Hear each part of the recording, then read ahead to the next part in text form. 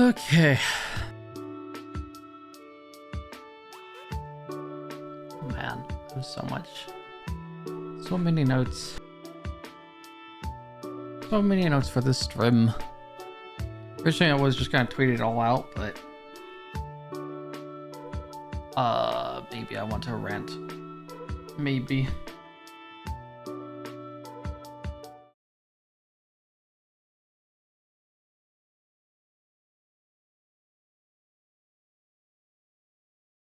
Is my stream lagging? It's a little laggy. Uh,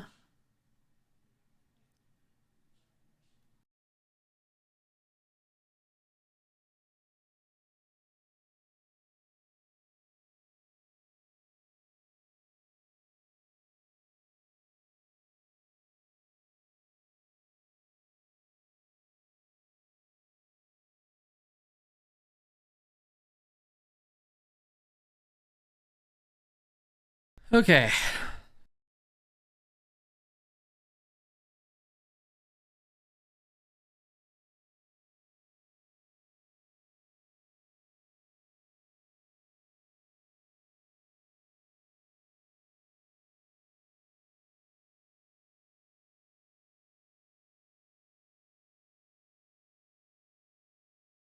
Alright. Uh, yeah, my brain always goes foggy at the start of a stream. Okay.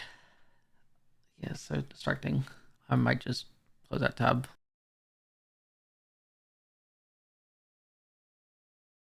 For now, and then I can reach out later.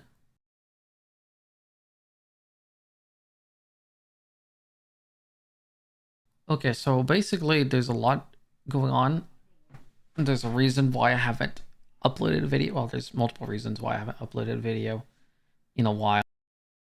Even though I talked a lot about wanting to stream and all that exciting stuff, it's kind of difficult um, to do streams and YouTube at this like edit at the same time. Uh, Especially with family and shit being loud all the time, it makes it really hard. Even though I have like a dynamic microphone. Even though I have a dynamic microphone, I have issues with like cats meowing at doors, people being loud over nonsense, people wanting me to do stuff. All this, do that nonsense. There's a reason why I have push to talk enabled, because literally every time I open my mouth, there's someone entering a room, exiting a room. The walls are like paper thin. You can hear people talking from across the house. It's awful. I just hate it so much. Um, you can probably hear that. Yep. Oh my lord.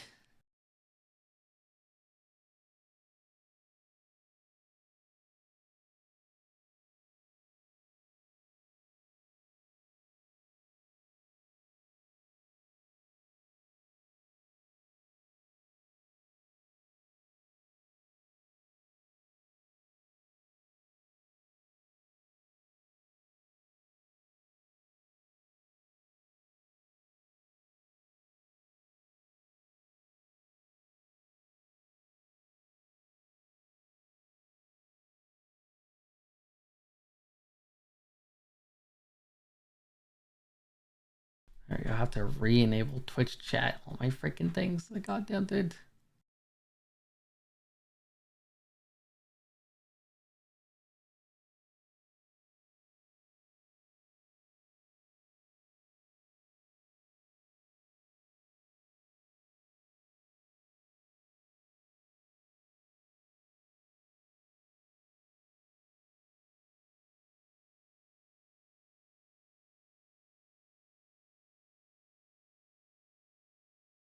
Why'd you put why'd you put ads in Twitch chat, bro? Fuck, just get out the way.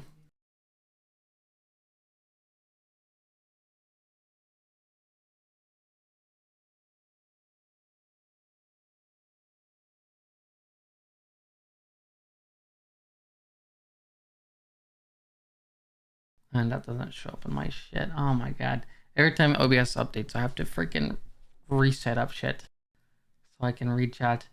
What the heck is the point?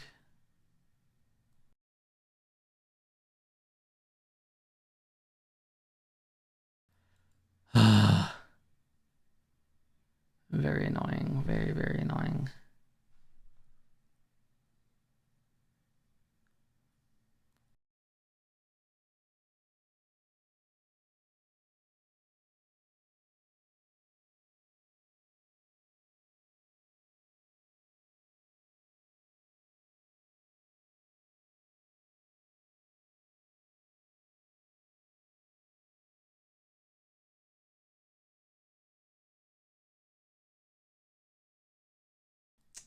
Guess I'll worry about the off stream. That is incredibly dumb. What's the point of a Twitch chat docking if it never works? I might just install Chatterino. Get that out the way. It gets really annoying. Well, I guess I'll worry about Twitch chat later. Okay. Now I'll actually talk about this stuff. Get that mic closer. Closer. Not in the way of the camera. Okay. It's scuffed a little. Okay. Okay, I want to work part-time so I can improve like stream quality, so I can like afford certain assets and different things, like buy layouts. So I'm not working on these temporary overlays. Buy like an iPhone so I have better tracking, that sort of thing. Want more time to develop skills like narration or like voiceover. People call it voiceover more often than narration for that kind of thing. And I want more time to work out and do a bunch of other things like rock climbing, maybe.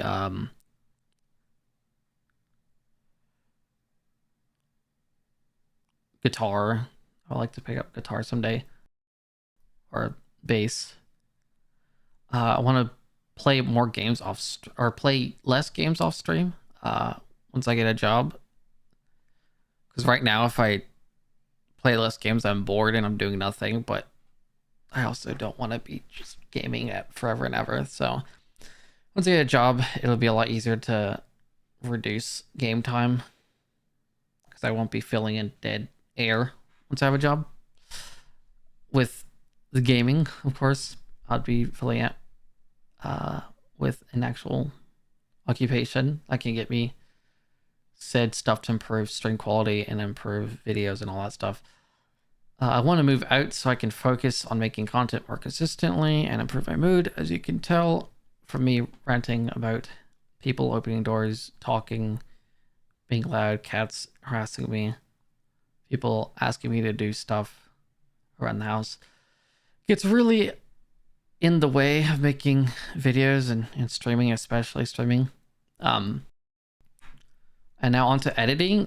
Like there's a difference between making and editing content, and I'd rather just direct and produce content myself than edit it on top of that. Editing takes so long. Editing takes longer than like the entire process combined usually.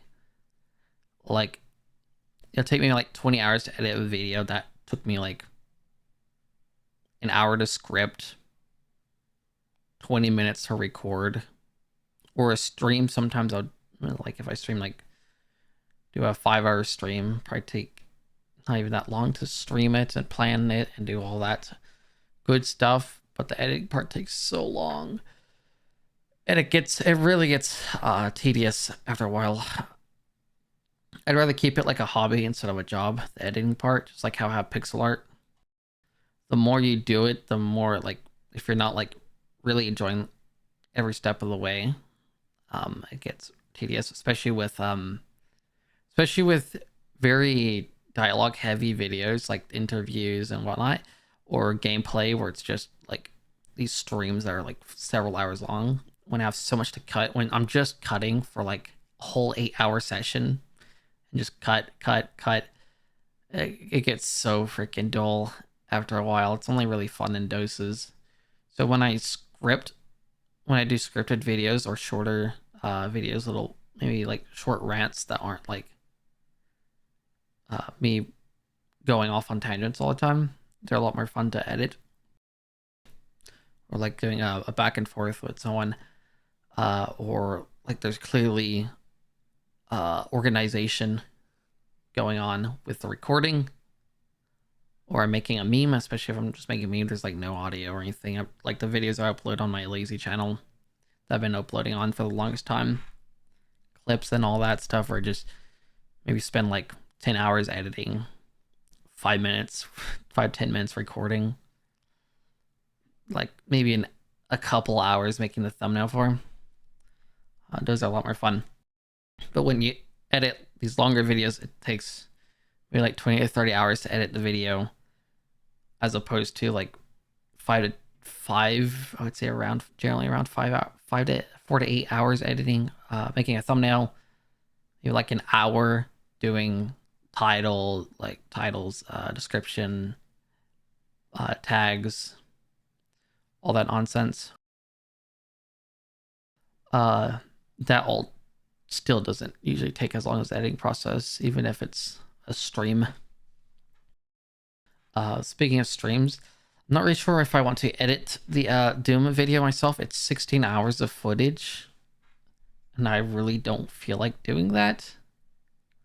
But also, when I recorded it, when I streamed that on all 4 different days, like I was figuring out every day better recording, better streaming settings. Because I thought I had it good before, but then it turns out I didn't have it the way I really, really wanted it to be. And I think on like the 3rd day, the bitrate got reset because I was changing stuff in the settings, and the bitrate for some reason went down to 2500, which is terrible. So I'm like, it's just gonna abruptly be really bad quality if I do make a video out of it. I really don't want to go through 16 hours of footage just to have like a jarring video that changes all the time. Some of the recordings, like stream day 1 and 2, I think,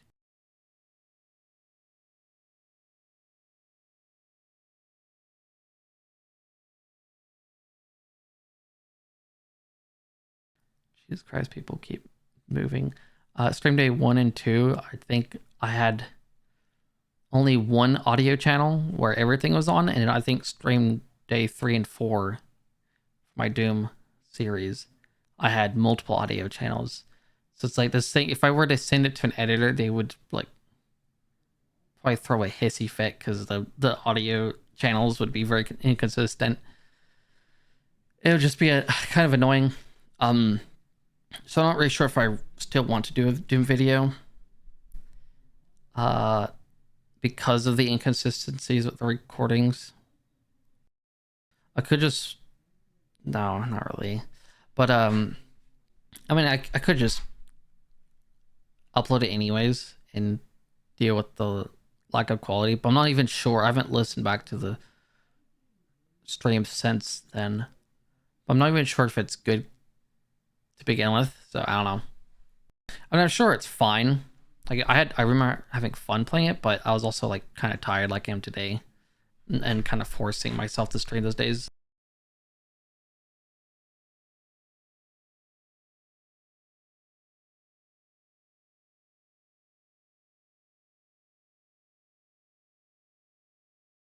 I don't know. I wasn't really on my A game. So I didn't really.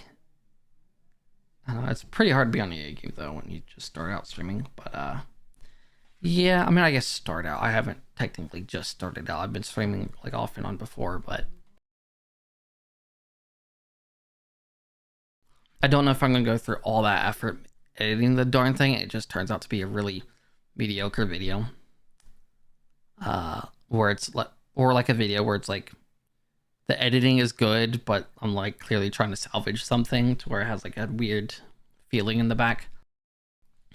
But yeah, I want to have like 1 to 2 proper editors, like eventually like actual editors employed or whatever for my gaming and creative channel. I think each probably have someone do for my creative channel. They'll just do interviews, like the longer videos, and then I can just edit the shorter ones, the little rants, the smaller scripted videos that you see on my channel that are like more personal or very brief. I edit those myself just fine. Take me like 10 hours on average. Not too bad.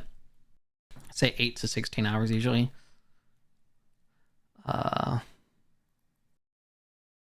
And for my gaming channel, I don't think I want to edit any videos on my gaming channel just because I want to, I don't know, I want to just be able to focus on streaming instead. And I don't really like editing videos for myself, as I've rented on my debut.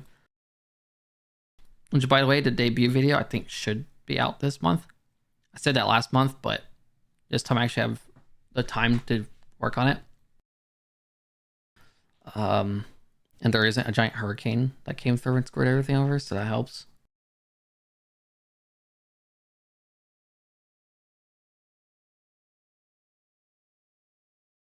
But I think until then, until I get like actual hired editors, I'll probably cycle through various Fiverr VGen editors, like editors you commission to do a one and done sort of thing. Kind of do what Noctopus did. Yeah, but of course I would have to have a job to be able to afford that. But that would allow me to have much more consistent uploads. Because right now it's not consistent even in the slightest. I want to at least obviously do what I said earlier, where I was like, a monthly upload on both channels. Maybe like ideally 2 videos per month on my gaming channel and 1 video per month on my creative channel. Maybe do 2 on each, or 3 on the gaming and 2 on the main. Something like that. Whatever happens, I'll probably just upload whenever the editors get back to me and we confirm the product is ready to ship. Yeah, pretty much editors will do all like the hard work, and I'll just edit like the easier stuff, just because they actually have enough experience and they clearly like care enough about that, or they clearly enjoy the process enough. But yeah, I don't enjoy editing those longer videos, and I don't enjoy editing for myself, especially on those longer videos, because hearing yourself over and over again is annoying to have to edit around. I'm just constantly nitpicking myself, and I don't really feel confident, because when I edit, I just like criticize everything. Not like to like a big detriment, but it does bother me like slowly. If I'm editing like 20 hours of a stream, like I've been with this debut, it's just like, especially with that interview, I was just like, oh my god, the ranting. There's so much shit I had to cut out. I had to cut out more than half of the footage for that. And with this one, it was a fucking 4-hour stream, or 3.5-hour stream. I had to cut down to like under 30 minutes. That was not fun. It's very boring just doing cuts as like the majority of edits. It's very boring. When you get to do all like the visuals and all that stuff, it's fine to have a little bit of cutting, because you're gonna have to do it anyways. Like, I don't mind cutting in small doses. Like if I'm doing like 4 hours of cutting and that's it, and I don't have to do any more cut edits, I'm happy. But yeah, I still want to do like voiceover for my content, but I might not be able to do it all for all my videos, especially like depending on how editors operate. Some of them might not want to have to deal with voiceover content. Some of them might not want to have to edit it in, or sometimes I might have a video where I'm like, I don't know how I would narrate this, that sort of thing.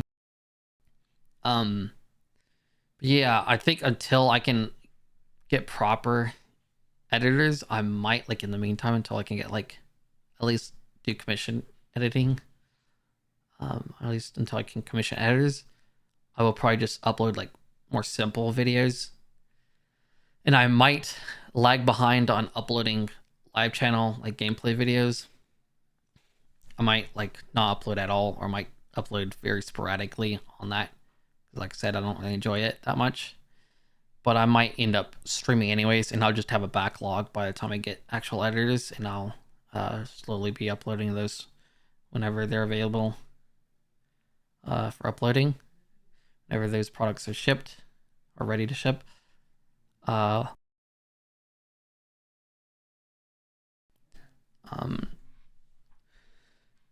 yeah, like the interviews for my main channel might not do as much of them. I have like a ton of interviews I want to do eventually, but I might not be able to do them all on my own until I get editors. Because yeah, having to cut out a majority of the stuff is just annoying. And to make my videos more simple for me, and in that like content in general, I'll probably have less script, less. Jesus Christ, so much noise going on. Fuck's sake. The moment I start streaming, they're making noise. Oh yeah. This is exactly what I mean. These walls are paper thin. Anyways, I might improvise more, script less, limit how many people I interview, limit the amount of questions I have, record for a shorter duration. Instead of like an hour recording, I might do like 30 minutes, and use less complex editing. I guess the editing I do isn't really that complex, but I might be even more bare bones about it until I get editors on rotation. And this is I'm basically already done with all the notes, but I have this one more bracket of notes, and then I'll probably go back and clarify any of these notes. If not, I'll probably end the stream. It was only meant to be a short one. I wanted to at least get a stream in, and I will probably I will tweet more. Like I'll expand upon these and summarize the stream and my feelings on these things in tweets on my Twitter account, ArizoVT, or yeah, ArizoVT, and yeah, probably throughout the next couple of weeks, I will tweet about these things. Anyways, I want to record a few interviews with my friends in regards to my future content, like within the remainder of this year or within the next month or two. But yeah, I want to record a few videos, interviews with my friends about their like favorite VTuber and favorite anime as like two separate interviews. Then I want to do another interview with video editors that I had messaged people about back in like spring, like in March or April of this year. So I'll try to get at least 5 of those people into recording. I'm still, part of why it's taking me so long to work on an interview is because I've been just thinking so much about how the heck am I going to do this video. So I have an interview on my main channel already, but it's very bare bones. It's only with one creator who was so kind enough to let me get their recording. Basically, like they sent me a thing that let me use their model. So I actually got to have their VTuber model. But some of my friends are not VTubers. Some of my friends are like anonymous. So it's like, how am I going to get them a visual aid? So I've been considering like using stills, maybe getting art done, but that costs money. So like maybe in the meantime, instead of getting art done, I would just use like some memes I have on my computer or something. Figure something out to use to express the other person without them having to dox themselves or anything like that. So there's a lot going on there with interviews. It'd be a lot easier to interview VTubers because they're probably a lot more down to, since they're already content creators and they already have like a model, they're a lot more down to have like maybe send me stills, like screenshots of their model, or let me have their recording, like the individual I interviewed on my channel already, my model author. yeah, there's a lot of logistical stuff. It's really fun. It's a lot more fun than editing, figuring that stuff out, but it can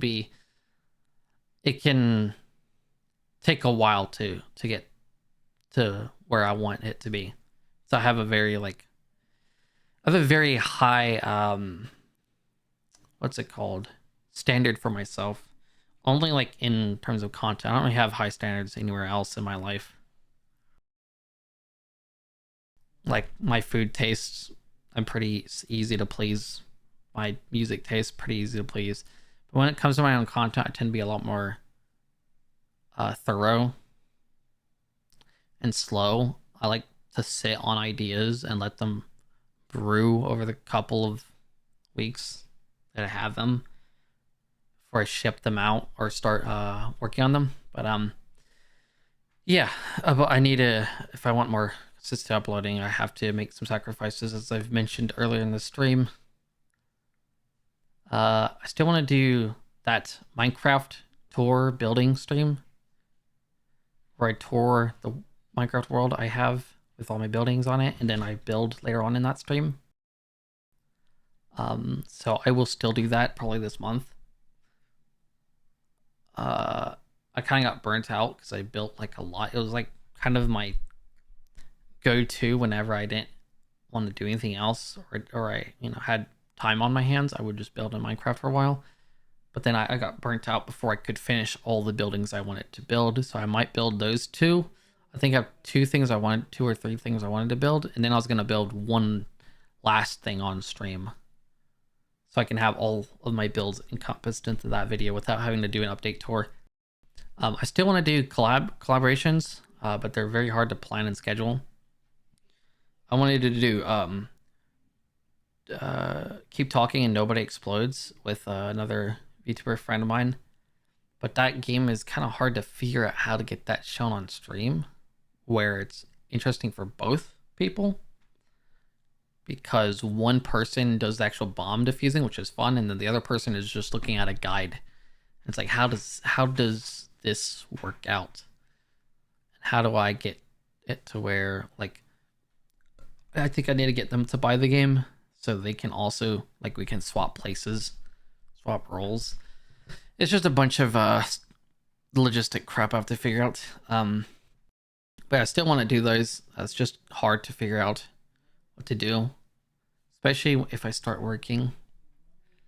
So I might record some interviews before I start working later on this year. But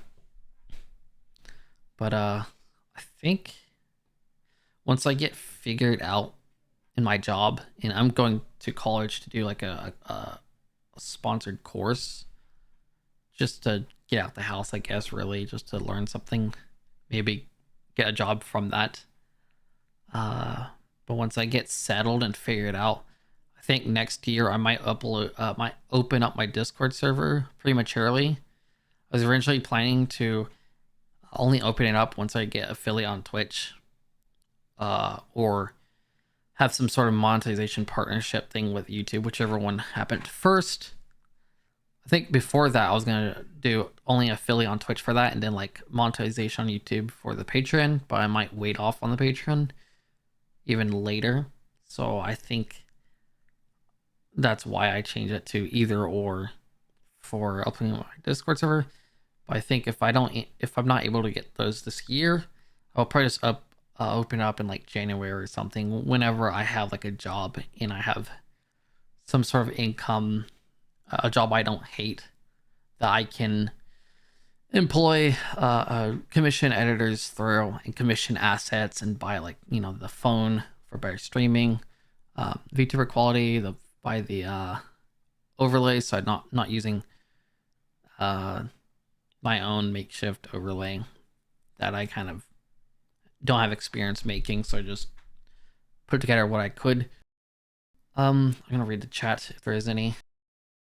Nope, that's fine though. I wasn't expecting there to be a chat because it's gonna be a quick stream. I hope my stream isn't as laggy as it looks. Okay. If my stream is as laggy as it looks, that sucks. I need to figure something out. Yeah, only 30 minutes. I was hoping to get to an hour. It's kind of short. Usually I get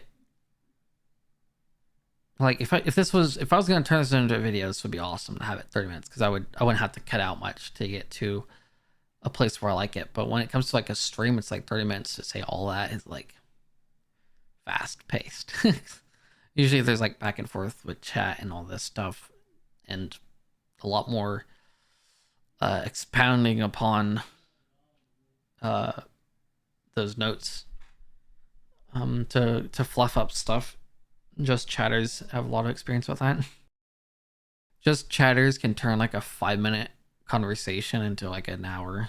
It's crazy. Sure feels like, anyways. Yeah, I guess to recap, I want to get a job later on this year, so I can get editors to edit for both my channels more consistently.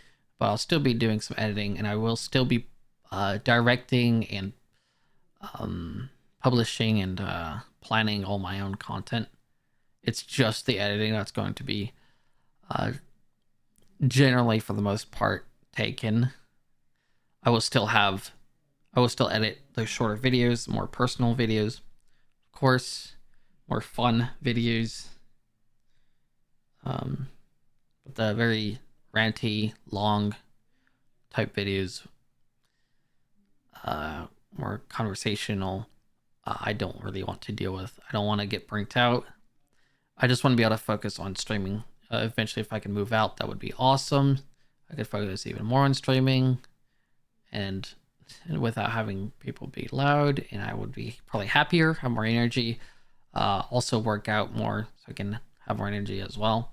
I want to focus more on getting better at talking, like talking in the stream. I think I've done fine so far. It was really rough at the start, but there's also a lot of distractions, and I'm tired because I ate recently and all this nonsense. There's definitely a difference though between making and editing content. Not only does editing take longer, but it's a different kind of patience. There's something more fun to me about like orchestrating a video. I have so many ideas down, and I don't have enough time or patience or dedication to create them. I just have it figured out when it comes to the overall arcing product. When I'm actually having to build all the blocks, it's kind of a pain in the ass.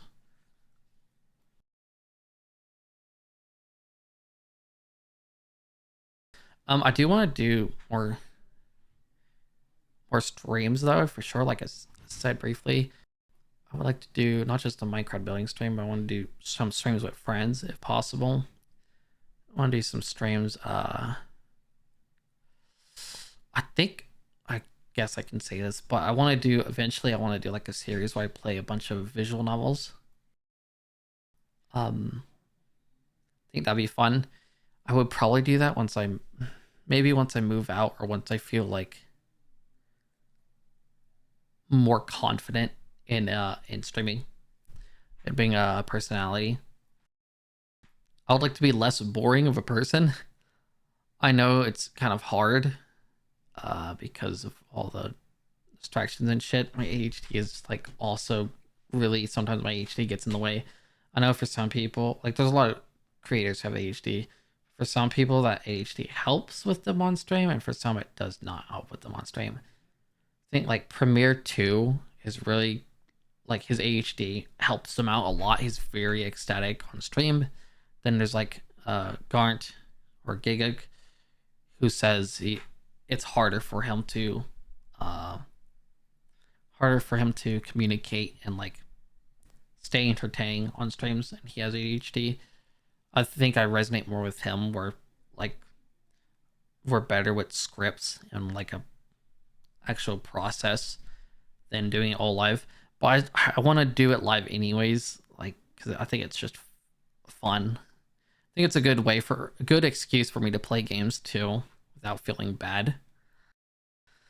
Because I mean, there's like I've just played so many games in my free time. It's getting like to be a problem. I'm really tired of like streaming games like Genshin, or not streaming, playing games like Genshin and especially daily games. I'm just playing these daily games that are like, do your dailies, do your weeklies, do your monthlies, like Genshin, Zone Zero, Honkai, Starville when I was playing that, War Thunder, might be another game. That might actually be it. Let me see. Yeah, I think those are the only games I've really daily played. Sometimes Arc can feel like a daily game. Or Survival Evolved, Ascended, whatever. Yeah, that was the other game I was thinking of. But yeah, I've gotten to the point where I'd rather be working a job and getting money than just playing games all the time. I feel like finally it's caught up to me that I'm like kind of desensitized to these games. I don't really enjoy them as much as I used to. Just very nice. It's a very nice feeling in a bittersweet way. Because it's like, it took me to burn myself out on video games for me to get to the point where I'm comfortable working a job. I'm comfortable not having a video game on me at all times. I've played so many games and I've watched so many videos throughout my life. I've done like more of that than actually going to American education. So it really puts a different perspective. Like I spent like a third of my life playing games and a third of my life watching videos and a third of my life sleeping. So that's what it feels like. But I don't know. It kind of does get to you. Uh and I want to basically re reposition myself in life. So I'm not like my brother who's just only plays games and does all that stuff. No offense to him, but yeah, he probably plays. He definitely plays more games than I do. I watch more videos than him, but it does get really freaking depressing. Just being like, oh man, these games have prevented me from doing so much with my life. I find myself constantly at a moment of like, I can't play with you, friend, or oh, I can't work on this video. I can't do this stream because I have to do my Genshin dailies for today, or I have to grind this vehicle in War Thunder, and it's like fucking killing me inside. I'm not really enjoying these games anymore. I don't really care about the daily BS anymore. I just don't. Uh, yeah, that's. I mean, it's a good realization. It's a good problem to have to like mature beyond playing games forever. It's not something I want to get rid of entirely. Like I will still like play games in my off time, but I think I want to have it to where the majority of my game time is on stream, so I'm doing something productive. Um, maybe not majority, but a good portion. Because it does feel like, yeah, it does feel like gaming is just it's just too prevalent in my life. Just like how I don't want to do art or editing as like a job, I want to keep it as a hobby. I want to keep gaming feel like a hobby. Even though I'm going to incorporate into my potential job with streaming, it's not going to be taking up full-time hours of my day. It's only going to be taking up whatever time I end up streaming and whatever time I decide to play off stream. So it won't feel like I'm doing chores because it feels like I'm just doing fucking daily chores, weekly chores, monthly chores. And it's just obnoxious. It's like, wow, great. Can't wait to wake up and do the same thing over again. But yeah. I really cannot wait to work with multiple editors. I think it'll be very fun, and I think I'll learn a lot. It'll be kind of stressful at first because you gotta learn how to deal with communication in that sect of things. Some people aren't as good as communicating. Some combinations of people aren't as like in tuned. Like maybe me and this one person get along better, but this one person I get along well with doesn't get along with this person. Like, you know, people are better fits for different people. So I'll have to sort of jot down what editors I work well with and which ones to consider, which ones work the fastest, which one have like good amount of quality. I like the certain qualities that I desire for this kind of video. Like maybe one of these editors is better working on streams, they're better working on like gameplay, and then one of these editors are better working on interviews and more talkative, like just chatting stuff. And there's a bunch of different things going on. Maybe this one person has a better price proposition, but this other person is quicker and they're more reliable, that sort of thing. There's a lot to figure out in that regard, but it's more fun than in editing every single video. I wanted to originally have it to where I can like edit, like stream, edit that stream again, edit that stream. But I don't have the consistency to do that on my own. I can only do that with editors, and I don't think I'll even be able to do it then with editors.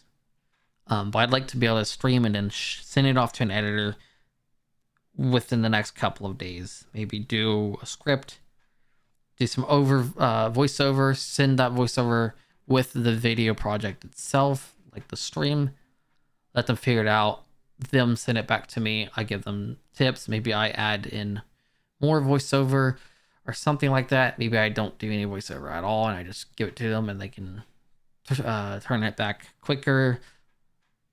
But yeah.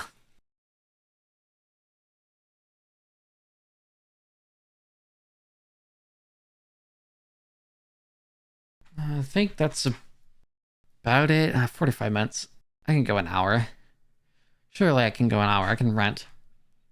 I'm not turning this into a video, so I don't mind ranting. It helps me get a little better at talking too. I want to get better at like having less dead air when I talk, because obviously I have to think, so I'll stutter and whatnot. And I don't usually have this problem off stream to the same degree. I can converse with someone just fine, but when it's on stream, and especially after I eat, I'm just like foggy. Yeah, but I basically until I can get an editor, I will probably upload more simple videos. I'll probably not upload many live channel videos. I'll probably focus on those shorter videos that I already have on my channel, and maybe at least record some interviews. Maybe edit the interviews with my friends and then get an editor to work on the interview with my editors. Kind of funny. Uh yeah. Um yeah, pretty much I want to be able to reallocate a lot of time gaming into videos, and I want to reallocate a lot of time editing into streams. Or the other way, reallocate a lot of gaming into streams and reallocate a lot of editing into video output.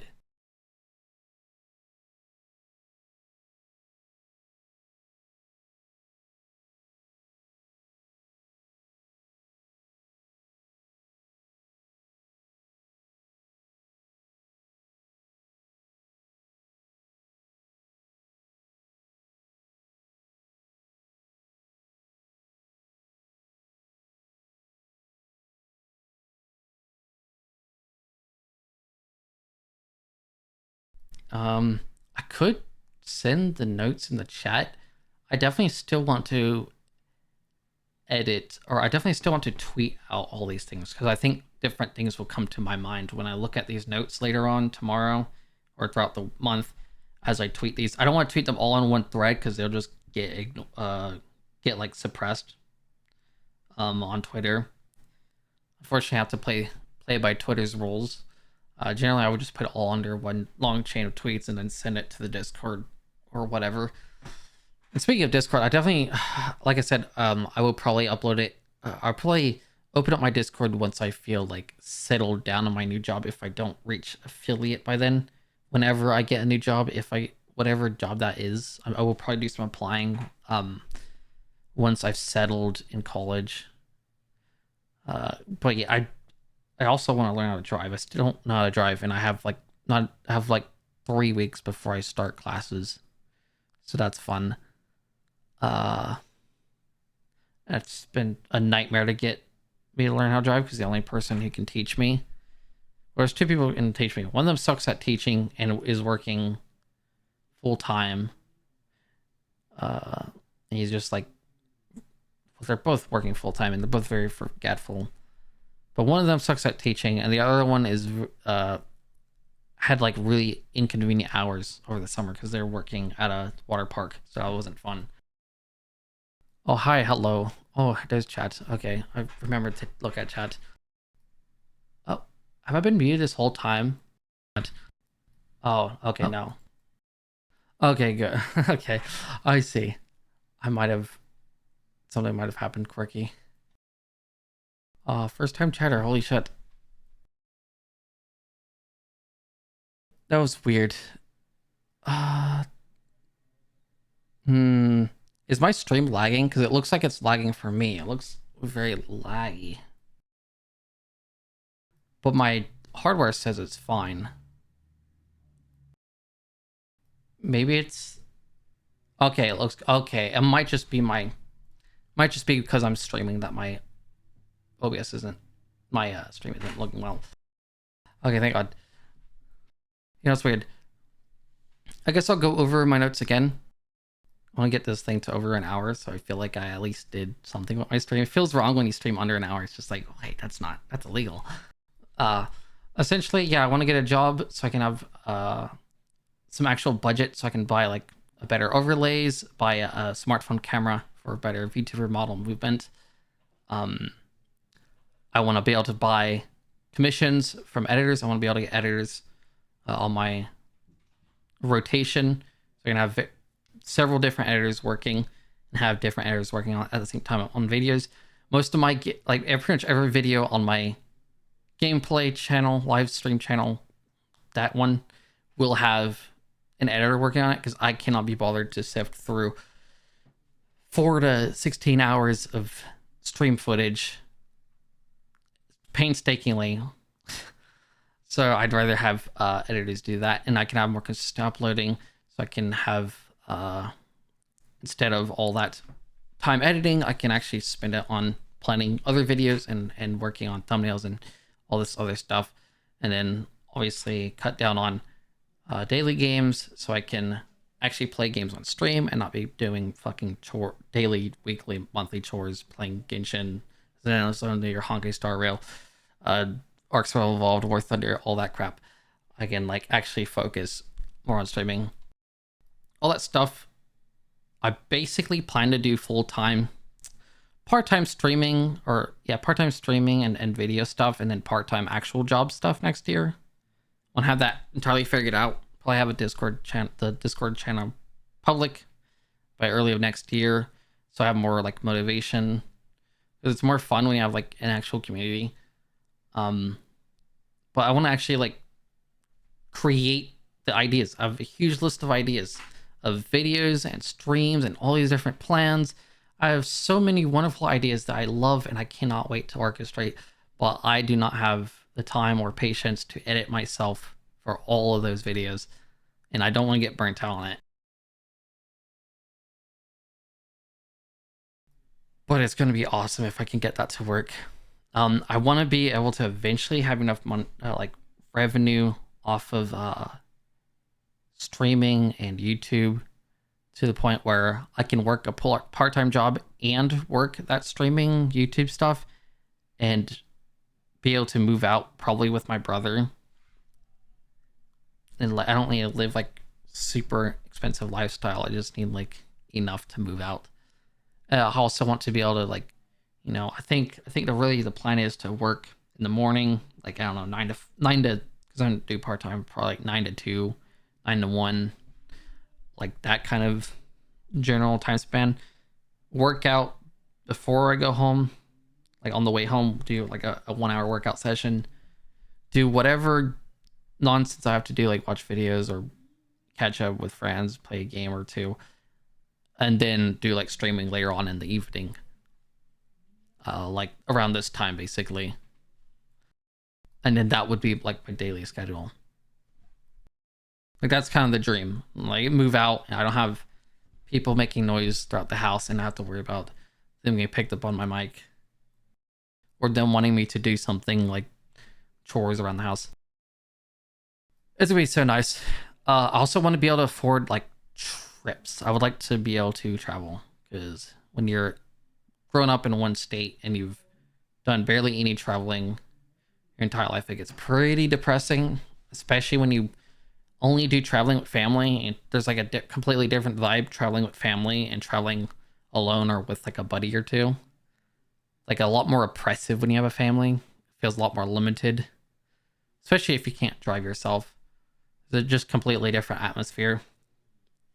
I'd like to maybe meet up with friends, go to cons, like live. I want to live, work out, get more fit, have more confidence, have confidence in myself for once in my entire life. So that'd be nice. So even if when I was like healthy, I wasn't like, I was a kid, so I didn't look, I didn't look like anyone. Like no one should be confident off of looks alone growing up because I think most kids look like kind of goofy. Most kids look goofy growing up, dude. I look like a skeleton because I ate so little. So I haven't had like any moment of like confidence in myself, which is really nice to have as a streamer. It definitely helps. Um, definitely helps with having a job, a part-time job that requires you to talk to customers and stuff too. And working out, more so being fit. I think the biggest part for me is having better my energy levels being regulated throughout the day instead of being like super tired throughout this first like several hours being awake and then super awake throughout the last hours of being awake. Like it's like completely backwards. It's so annoying when you go to bed and you're like, I don't really feel sleepy, but you wake up and like you're just groggy and it's like, what the, why does I want to I want to be, I want to be like more spry, so I can put more effort into my content, put more of me out there. There's a lot of mental, like little perks to being fit, more than just like the looks or that sort of thing. Also, want to maybe like do VR streams. It would help if I do VR streams and I'm not like sweating like in a hot room because this house has terrible air conditioning. I'm exhausted holding the freaking camera towards me in VR chat. That sort of thing would be so fun to do VR chat streams. Those are definitely more fun. I'd like to eventually be able to commission like a 3D model some decade, and have that for streams instead of having to rely on preset models. That would be cool. I like to have money to get a nice vehicle because only the car I'm supposed to quote unquote inherit is like really old. Yeah, being fit would definitely help. I would also like to not have like health scares in my 30s or 40s or whatever. Especially because the American diet is like American food is so trash on average. It's so sad. I get more full eating healthier foods than I do like all these processed foods. Like, what's the fucking point of eating like a 1,000 calories if it doesn't fill me up as much as like a 500 calorie salad? Hey, what's going on there? It's so annoying. And I actually quite like healthy foods. They taste pretty good. You just need to know how to season it sometimes. Sometimes they just don't season it. It's like a simple, and like people think fucking seasoning is like unhealthy, but most seasoning is actually pretty healthy. And most like dips are actually pretty healthy. It's just ranch and some of the main ones that everyone goes to that are like really pretty unhealthy, like cholesterol and all that stuff. But like, dude, I'm sure just changing your diet alone helps a lot with energy. Yeah, most of these things are like very organic.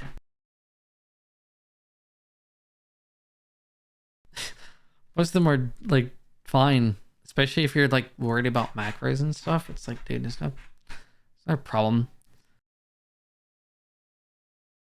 Don't tell that to strong men. They'll freak out. They'll be like, "What? You're telling me I don't have to eat fucking dry, bland chicken and rice every day? You're telling me the calories added up from the seasoning is only 50 calories for the whole thing? If that, like 10 calories. You're telling me it has a bunch of like vitamins and shit? No, what? What? That's crazy. But yeah, I definitely want to do that Minecraft tour building stream, that Keep Talking Nobody Explodes stream. Those are the two streams I would like to do. I still need to figure out how to do the Don't Talk and Nobody Explodes in a way that is interesting for both perspectives. Because one person has to do the bomb defusing, which is fun, and the other person looks at a manual and just tells you blah blah blah. That one's not quite as fun to watch as a viewer, and have a way figure out how we're gonna set up both of us having both parties having both the game running and the manual in the background. It's not that hard to do, but you just have to like make sure that both parties have it set up so it's easy to forget. Sometimes people will play that game and then they'll forget to change the scene. So it's like you're still looking at the manual, but they're defusing the bomb, and it's like takes them like halfway through, or the bomb fucking blows up before they can even switch scene. It's funny. Uh, but yeah, I think obviously eventually after I sift through editors, if I can have like good income through content creation and streaming, I would have like I would poach probably a couple of those editors I like and have them on like as a team. But that's like that'll never happen really unless I get super lucky. But that's like the dream. Um, I'm over the hour. That's nice. Finally.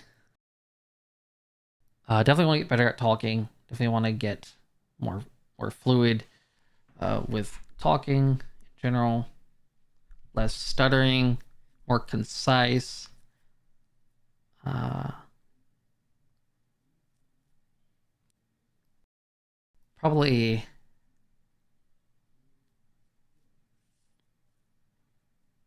would help a lot if I start doing those rant videos, because there's a streamer I watch who's been, or a VTuber specifically I watch, who has a second channel, and they've been uploading just like quick 10-20 minute videos, 10 to 20 minute like conversational stuff like this, and they just upload it, minimal editing, but still like they're good at talking and it's like interesting topics they choose to talk about.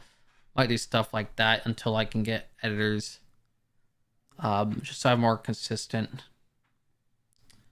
uploads across the board, not just on that main channel and not just from that type of video.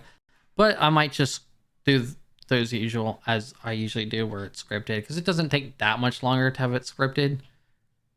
Like a 5 minute recording and a script that takes me an hour, as opposed to like, I guess you would make up a lot of that time with this scripted, more edited video. By in the editing process, you would spend more time editing a scripted video and making it all snazzy, as opposed to just like a quick rant that takes you maybe 20 minutes to record. You cut it down a little bit to like 15 minutes. You don't have to edit that much because it's more of like a casual vibe.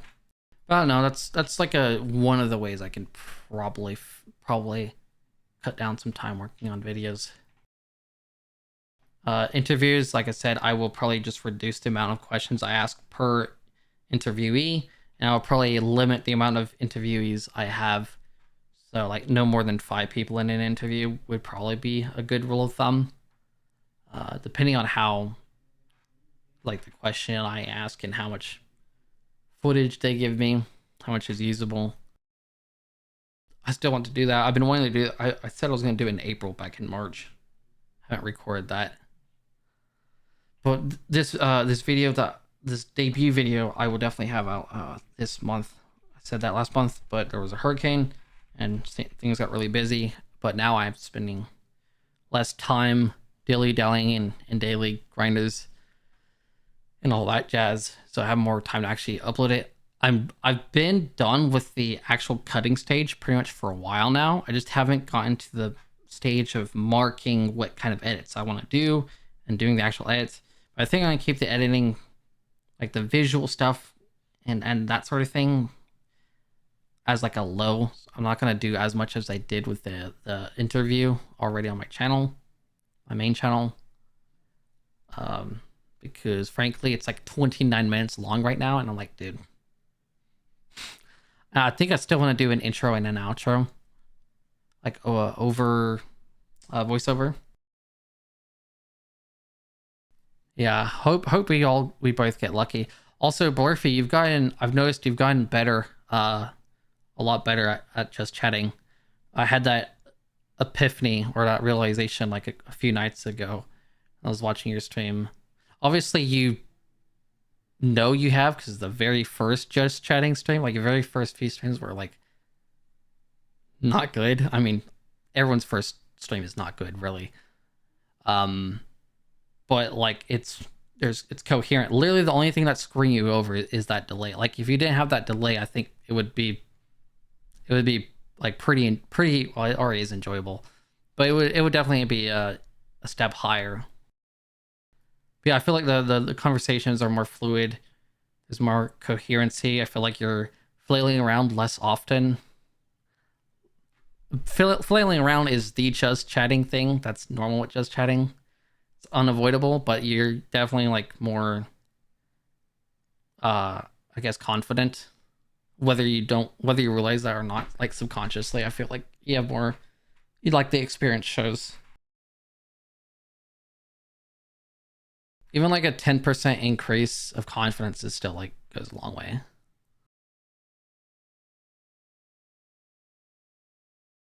Yeah, I mean, obviously, I don't really watch many streams, but I feel like even from the last just chatting stream or last few, like the ones at like the start of the year, I feel like it's more gooder.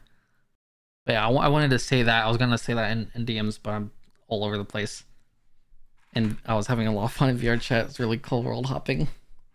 I definitely want to do a VR chat world hopping stream. It'd be hard to. I'll definitely have to be more. I would definitely have to set stronger safety like regulations for my stream, so I don't. Or I'll probably just do world hopping on single player. I say single player, invite only or whatever mode. More good over.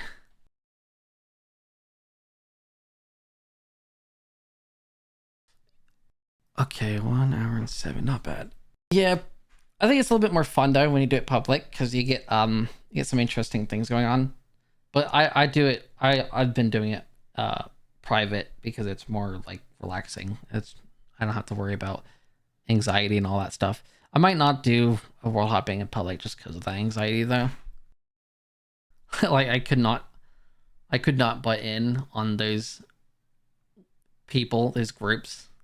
It was hard enough to butt in on those two people, to ask them for how my mic is, which I since, because it's Sonar and for some reason it was auto defaulting both the mic and the headset. I was like, I didn't want that, so I had to disable it. And besides, I don't really use the headset mic that much. It's more of when I'm lazy and I don't want to use my main mic. So, but yeah, I would love to do like, I'd love to have like eventually have a 3D model so I can import into VR chat. But I'd have to first find the person. Second, have the money for that. Probably have to spend more than I'd spend on this model to get something like that. I don't know. It doesn't have to be super stylized or anything, but yeah. I think the first thing I will do though when I get like funds is the iPhone. I'll buy the iPhone 12, probably the 12 or one of them. Uh First so I can have the better face tracking and whatnot, because it kind of bothers me that I have this really nice model with really good face tracking, and I can't even use most of the things that make it really good. Like it's really like the demos I saw were really impressive. What they could do with the iPhone and V-Bridger, it was like another level. And I got the V-Bridger transformation like set up for free because of how long it took to push out the art, the model. And then after that, I'll probably go for overlays. I'm not just gonna do like overlays and backgrounds. I'm gonna also do like the starting stream, intermission, ending, the offline. That stuff is all. I'm gonna try to do like a package. The people I packaged originally, Uwu Studios, are a lot more expensive now than they used to be back when I first commissioned them in 2021 or whatever. And the ones I did commission, I only had to overlay and background for the gaming and the media streams, or the gaming and the just chatting stream overlays, and those did not fit the current style of my character. Even with the color swap, it just like it's like very jungly, and I don't feel that vibe anymore with the current model. iPhone tracking's so crazy. I mean, of course you know, but for like people who don't know, that the 3D arc light whatever nonsense is really cool. You can there's a VR headset called I forgot the big screen beyond, I think is what it's called. You scan your face. You have to have you have to have an iPhone though, but you 3D scan your face and they customize it to fit your measurements on your face, so it fits. It's unfortunately it's not really easy to share it with other people, but this thing has like insane clarity. I think it has the most clarity of any. Well, I don't think it has Apple clarity, but it has better dark. Like has better like light scale. It goes darker because it has like OLED or whatever. I don't think it has as much FOV. It might have more FOV than that. I think it trades FOV. Like it has more FOV, but it doesn't have quite as much resolution as the Apple Vision Pro. But it's like really good. I just don't.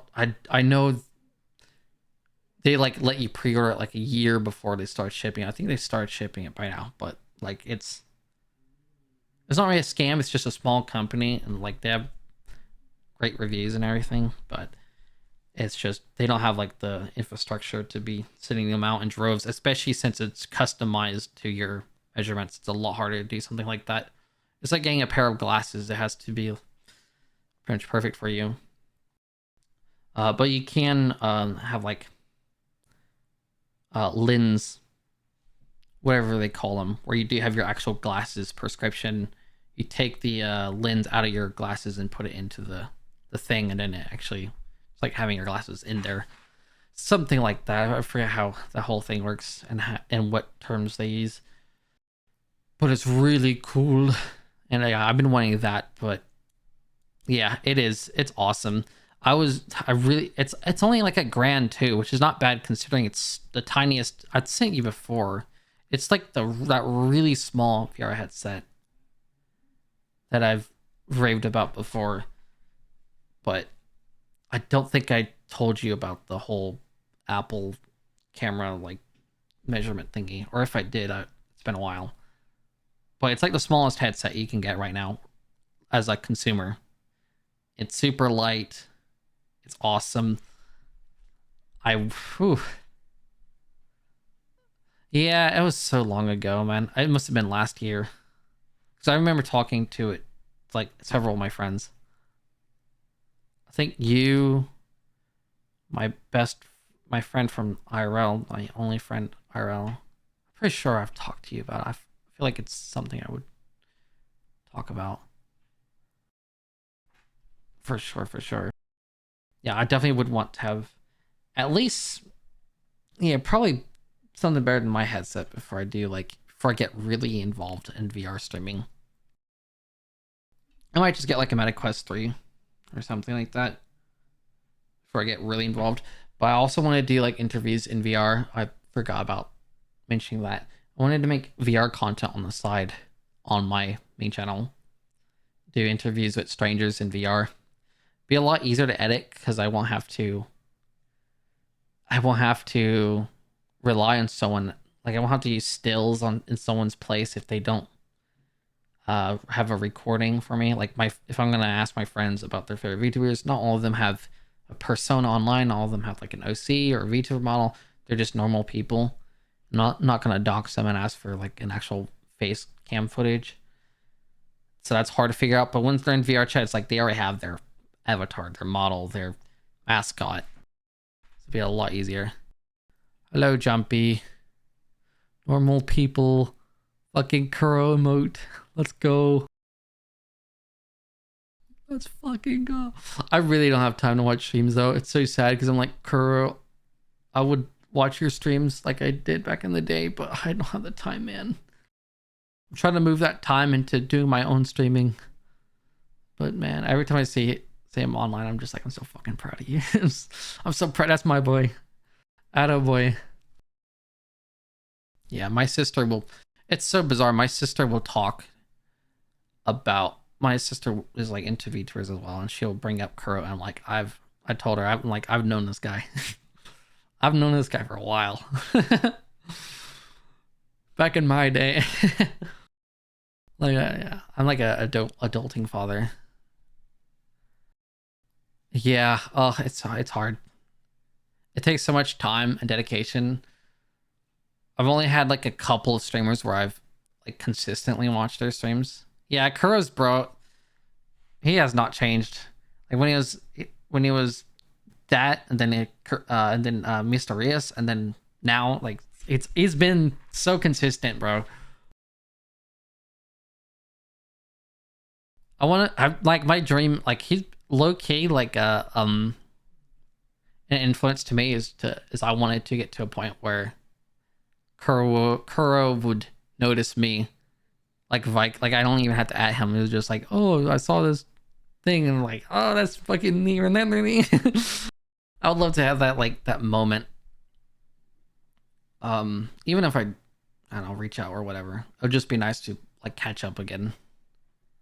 I mean, it's not like we were like friends, but I'm not trying to get like parasocial or whatever. But it was just nice to be like, it would be nice to be like, he blew up and did all this and got very successful, and then eventually I'd like get lucky. Yeah, he probably will remember my strategies, to be fair. I'm not saying he's like straight up forgotten about me, but it's just more like a, oh yeah, I didn't know you were doing well on Twitch and whatnot. That kind of thing would be nice. Yeah, I have like a lot of acquaintances, like a lot, but I don't have like many like friends I talk to consistently, but I really don't mind that. I think there's a lot of emphasis in the VTuber industry about everyone has to be friends. We have to be best buddies. And it's like there's nothing wrong with having a bunch of acquaintances. I think it's actually really sick. Like, I don't know, people will think like if you're not my friend, then you're using me for clout. And it's like, no. No, I'm not using you for clout. I thought it was pretty clear that I enjoyed your company and I really valued the small time we have on Earth together. Like I thought we were cool like that, but then they like, you know, there's been like people who get like in a conniption. It's like, well, you know, you kind of gotta like address that before that kind of misconception grows too large, because it can't really blame them for. You can blame them for how they react to it, but you can't blame them for maybe thinking that you guys were closer. And it's like I'm super casual to the point where like I will call someone my friend, but it's not. I won't, in a literal sense. We're not like friends, but I'll call them a friend because it's just like it's more. Acquaintance kind of has like a standoffish connotation, but when you say friends, it's more casual. And I've always been like the type of person who's just been very casual, like in on the job. Yeah, if I'll talk to customers and employees, fellow employees, the same way. I'll just, hey, what's up, man? I don't know. I really appreciate the casualness part of American society, and when you try to put like a lot of emphasis on what words mean in a relationship, it can get pretty spicy. It could get drama. It's like going to I don't know, it's like going to like an event or like a con with someone, and someone has like a whole full-blown cosplay and they get mad at you for not wearing a cosplay. And it's like, well, I know I didn't say I was going to. Sorry you thought I would bring a cosplay and that we were gonna buddy match and that you were gonna be Kazuma and I was gonna be Aqua or something. Sorry, I'm not, I don't cross dress like that. Yeah. There's all sorts of relationships. That was another like video topic that person that kind of inspired me to make more casual, laid back like rant videos. I've also considered, when I do those rant like casual like 10, 12, 15-minute recording videos, that I would go over it again in a scripted version whenever I feel like I have more to say about the topic, and I want to use more choice words and make like a proper video displaying it. But I can, put out the prequel, the pilot episode of that conversation, like ship this rant about friends, and like, oh, quick 12-minute rant about what friends mean and acquaintances, and there's no big problem, and then do like another video in like maybe 6 months or a year, or revisit that topic in like a proper video script and everything. The image, yeah, it's a terrible image. I got it mixed up and I just rolled with it. I was like, I was supposed to be the other way around. I was like, oh fuck it. It's a terrible image. I guess it matches my character model because he has blue hair. Yeah, it's a stretch, but if I was famous, as I should be, I would have fan art of that, so that would be cursed.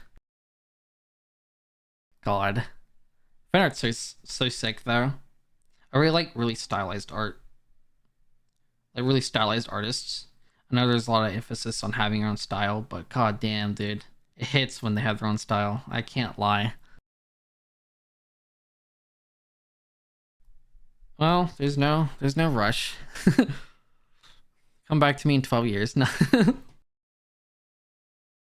In 12 years, you'll have the pièce de resistance, whatever that fucking French word is. I hate French. You'll have like a fucking magnum opus. The most beautiful cross-dressing fan art. And I'm like, dude, I haven't had that model in years. The fucking, well, I was gonna say Mona Lisa, but Mona Lisa was not known for being like the best art. It was known for having an incredible scandal back in the day that the news broke out about it worldwide, and at the time not much news got to a worldwide status because the communication wasn't good enough for that. But everyone's like, oh, Mona Lisa, it's because it's really good is why it's valued. It's not the visuals, it's not even the story behind the specific art itself, it's the story behind how it got taken. Yeah, after 12 years, I remember. Damn, that'd be crazy. I think by then we would have met up more than 12 times. No, I'm just joking. 12 I couldn't imagine meeting up with someone like that much. There's some people who fly so much and travel so much that they meet up with like friends like 6 times in one year. I'm like, what? What? Are y'all neighbors? Yeah, I would definitely love to meet up with friends.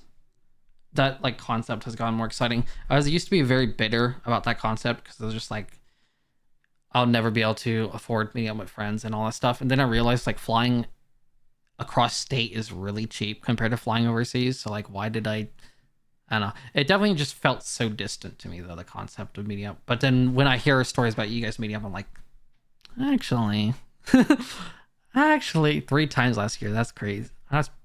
I guess that's pretty tangible. It's when it's like, I guess that is a lot though, technically, because 3 times 12 would be like fucking what, 36 times if it kept to that pace I made up in my mind for the bit. Feels dank, man. God, I do kind of want like get some chat emote stuff, but I also cannot be arsed to set up what better BTTV or 7, those chat emote services that have like quirky names. When was a chance encounter? That's crazy. How is that? Oh, I guess he just happened to be confirmed for the same thing and realize you were both going to the same car or something. Or did y'all both meet at like a fucking convenience store in the middle of like Colorado? 17. Okay. Yeah, that's what I was wondering. I'm like, I think there's like drama there's a bunch of drama regarding those stupid things. Oh, drama. Yeah. FFZ, Frankfurter Zib. I don't know what the Z stands for. I might get Chatterino too, because I'm tired of my OBS having issues with the every time it updates I have issues with the chat doc. And like, what the hell am I doing wrong? What? I'll set up my chat doc and then it'll be blank, and I'm like, dude, it says I'm logged into Stream Elements. Why are you? What's going on, man? Yeah, I know, but I've actually seen Chatterino in like, it's like been used more often lately. Like I'll see Chatterino on like a few people I watch, and then I'll hear people talk about Chatterino this and that. I guess it's kind of on the side. They don't usually bring it up, but sometimes on stream it'll show up. Apparently it's pretty good because it can work across YouTube and Twitch, and people usually like these bigger streamers will have other friends chats. They'll have like, I don't know, let's say like Iron Mouse has like Connor's chat pulled up as well within that same program, and then they can react to both chats as they're collaborating, or they can hear about if someone's like, I don't know, if they're keeping tabs on someone's stream-a-thon, if they want to hop into a call with them later on or something like that. Pretty cool that like Chattering allows that. Seems really good. Yeah, exactly, combining chats as well, so they're all in the same, like, yeah, it does seem pretty nice. I wonder how much background noise is being picked up sometimes. Like I have push to talk, but even sometimes when I'm talking, it'll just be like some noise. So my brother's playing games. There's eventually going to be a cat meowing at my door because that always happens, especially around dinner time. This is an hour and a half. Sister opens the door to go to the back. Okay. Like, I cannot wait to move out, dude. I also hate how messy this house is, and I'm really not the kind of person to live with multiple people to man with, especially living with family after like 24 plus years gets really annoying. Okay, that's good. It probably has been like throughout the stream. It's probably really quiet. I mean, this dynamic mics and my noise gate is really good at it. But I've noticed specifically, usually when my cat meows, because his meow is loud, it would still pick up in the background, and I'm like, God damn it, dude. I'm like, this mic is really good at rejecting the audio, and I have a noise gate, and it still comes through because this cat meows at like my yelling voice, like outside my door. I'm like, you fucking. Yeah, okay. I got like a long stream. I didn't get like I finished my talking points 30 minutes in, and I was like, well, what do I do now? I guess I'll just reiterate my talking points. Yes. He's a particular one is very attention starved sometimes. And then other times he's like, I don't want attention at all. He's very like bipolar. And then I have one cat who's always like attention all 24/7. Like he just wants attention 24/7, constantly. But he's not like an asshole about it. He's not like constantly harassing. Well, recently he's learned that meowing gets attention, which it took him a while to figure that one out. But he's such a sweetheart. He's literally a dog. We played fetch with him like a dog. He has no like he's a dog. He's not a cat. He's a dog. But I think he's kind of my favorite now. My favorite used to be the girl, because she's just like so pretty. She has really nice fur, and she's like very kept to herself and doesn't like cause problems. Except she kind of gets mad at the other cats for being rowdy. But this one, he's so cute. He's literally Fucking, he has golden retriever energy. He's so special. I'm convinced cats have autism because 2 of our cats are very bizarre. The one I haven't talked about is always scared 24/7, even of his like own tail. Scared 24/7. But he's also like he's like very passive. But the moment you pet him, he purrs instantly. It's like the moment you touch him, he's purring. And like, do you not want attention, or do you want it? Like, I'm getting mixed signals here. You're always scared, but when the moment I touch you, you're just like, yes, yes. Oh, what the heck?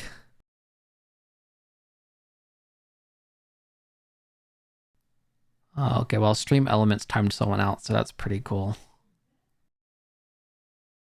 For 30 seconds. Man, I set those I set those timeout button stuff to be a lot more lenient too. So it gets me concerned. Yeah, bot. Okay. I was about to say. Yeah, I was like, I think if you were to get timed out, you gotta be doing something really screwed up now, as opposed to my previous streams where I was like way too gung ho. Now I'm like, it should be a lot more conservative with its. Yeah. Okay, good. Yeah, I was like, something's up here. Something is definitely up.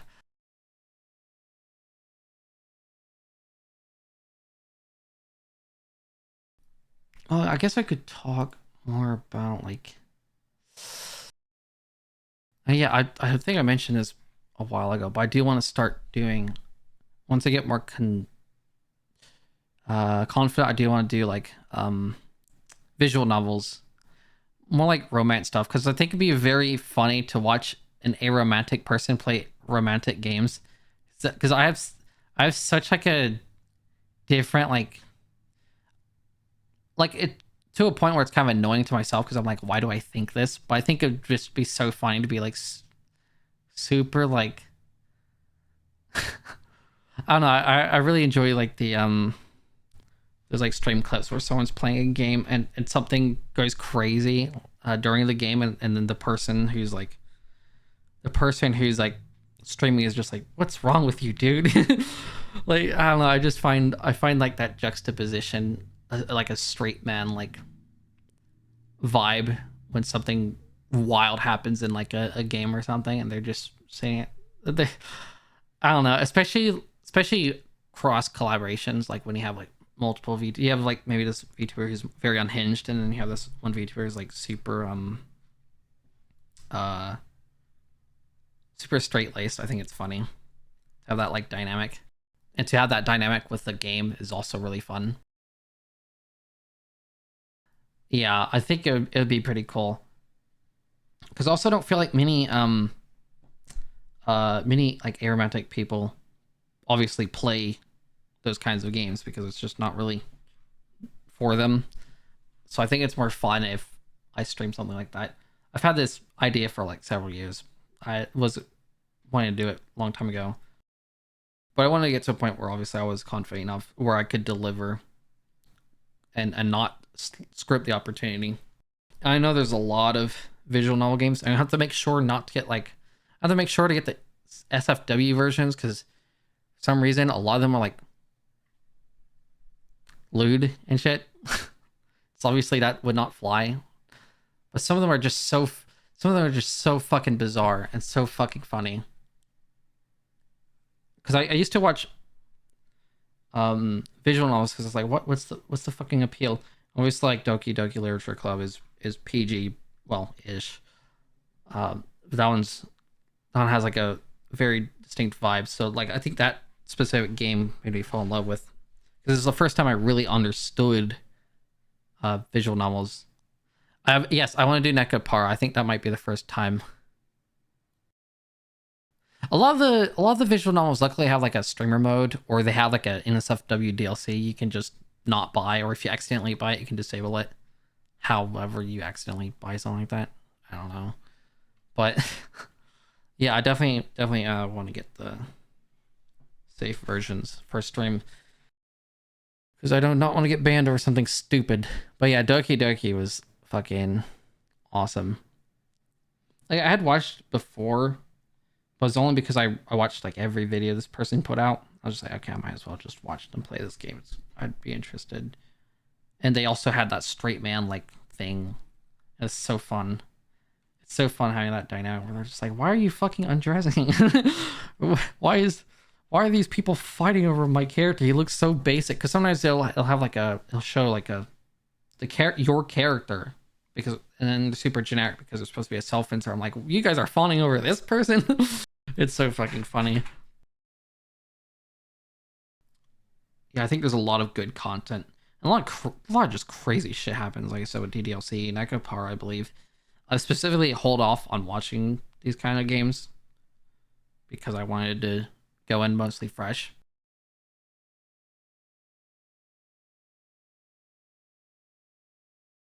I feel like there's definitely more I could talk about. I want to talk about stuff so I don't forget now and then remember after the stream. I'm just like, God damn it.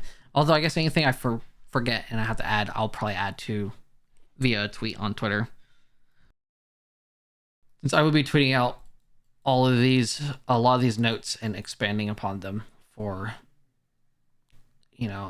for Twitter, for people who don't catch the stream and whatnot. And for myself, partially. Sometimes I'll go back and look at my own tweets just to get like a vibe of what was going on or what I want to do, like reset myself. Yeah, definitely. Cannot wait to get editors though. I had the realization that having editors would be a great thing, which I don't know why I didn't. It's because I don't know, I guess I was so like set up on editing my own content. But it's like, dog, I can't do that at the same time, man. And I don't got it in me, man.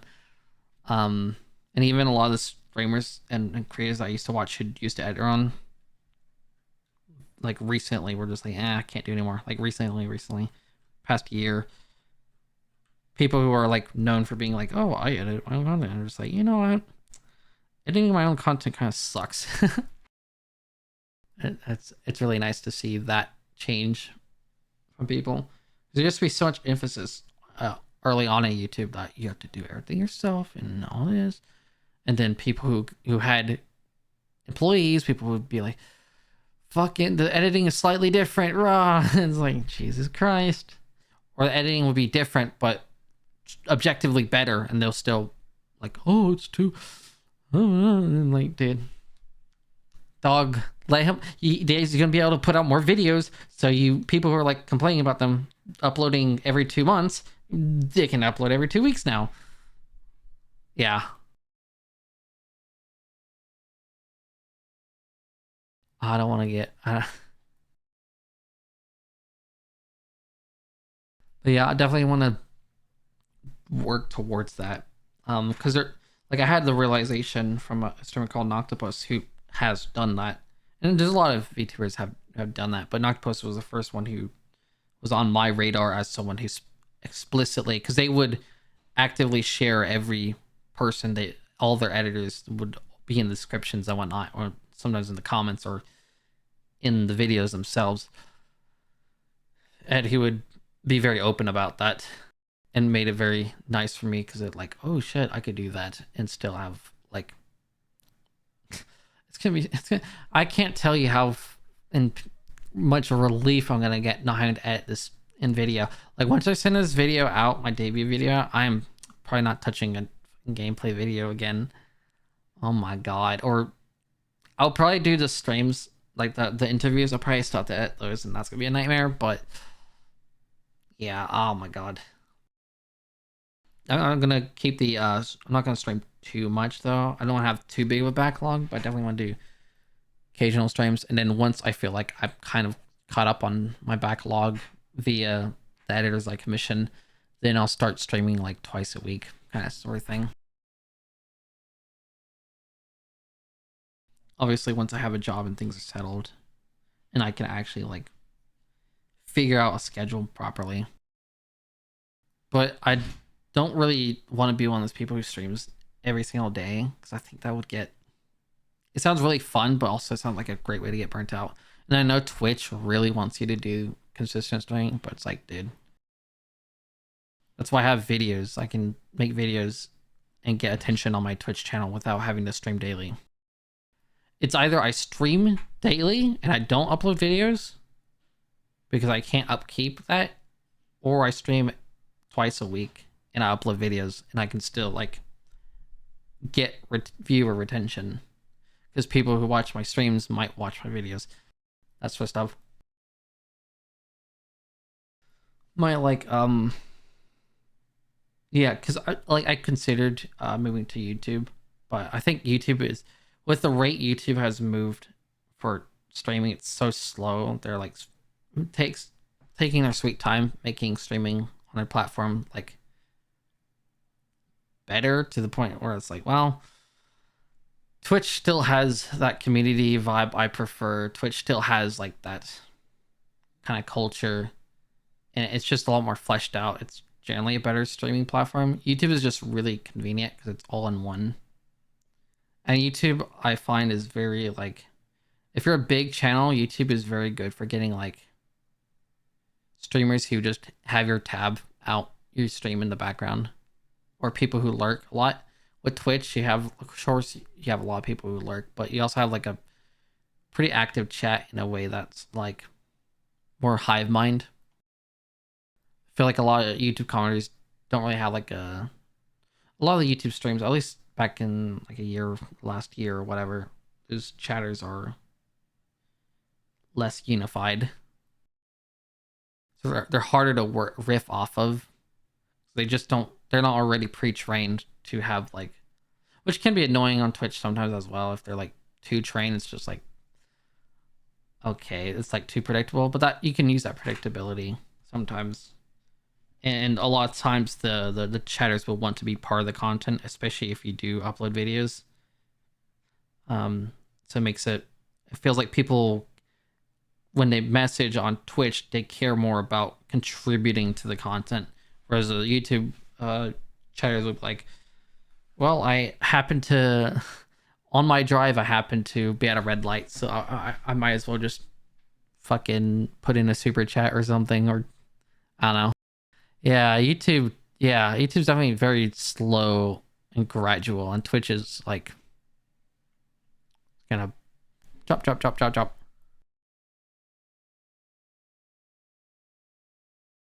Yeah, there's just very different mentalities, and it can still foster like a Twitch type audience on YouTube. It's just harder.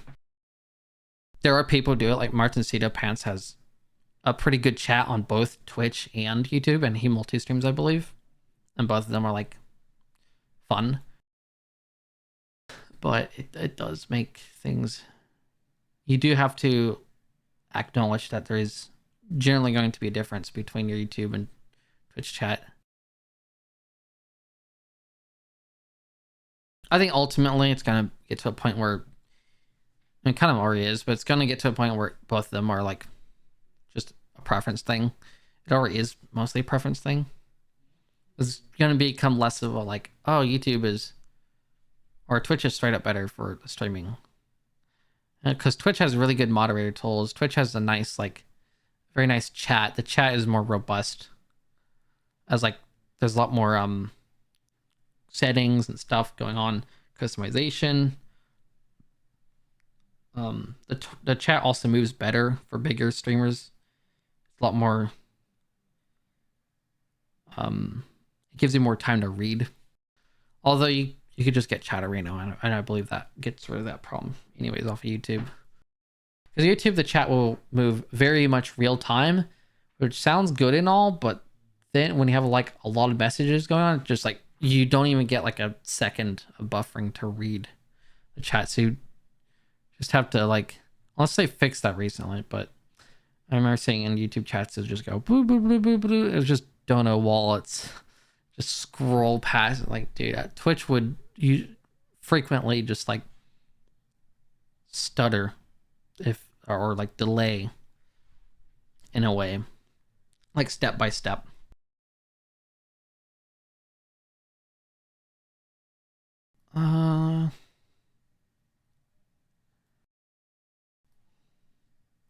think that's about it. I feel like I've expanded upon the notes pretty well. I don't have to just talk about the notes because I've obviously talked about stuff not according to my notes. I will probably stop around 2 hours, get a good 2 hours in, so we can just keep chatting.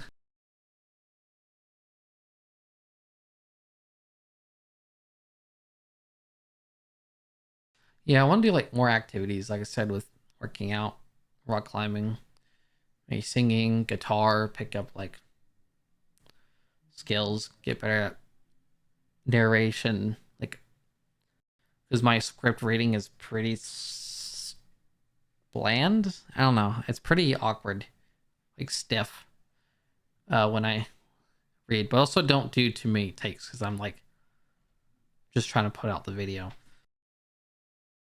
But that definitely want to improve that skill going forward. You know, to talk improv as well, being able to riff off of other things. But that comes with experience. Like no matter how many videos I watch, um, they help a little bit, but I have to actually put in the effort to get better at it.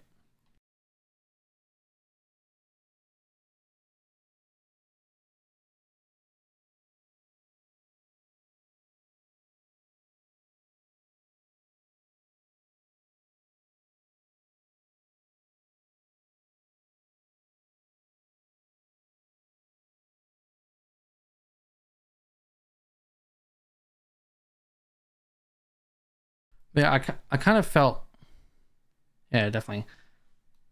I kind of felt bad though about like hyping all this stream stuff up because I was really excited myself personally, hyping all the stream and video stuff up.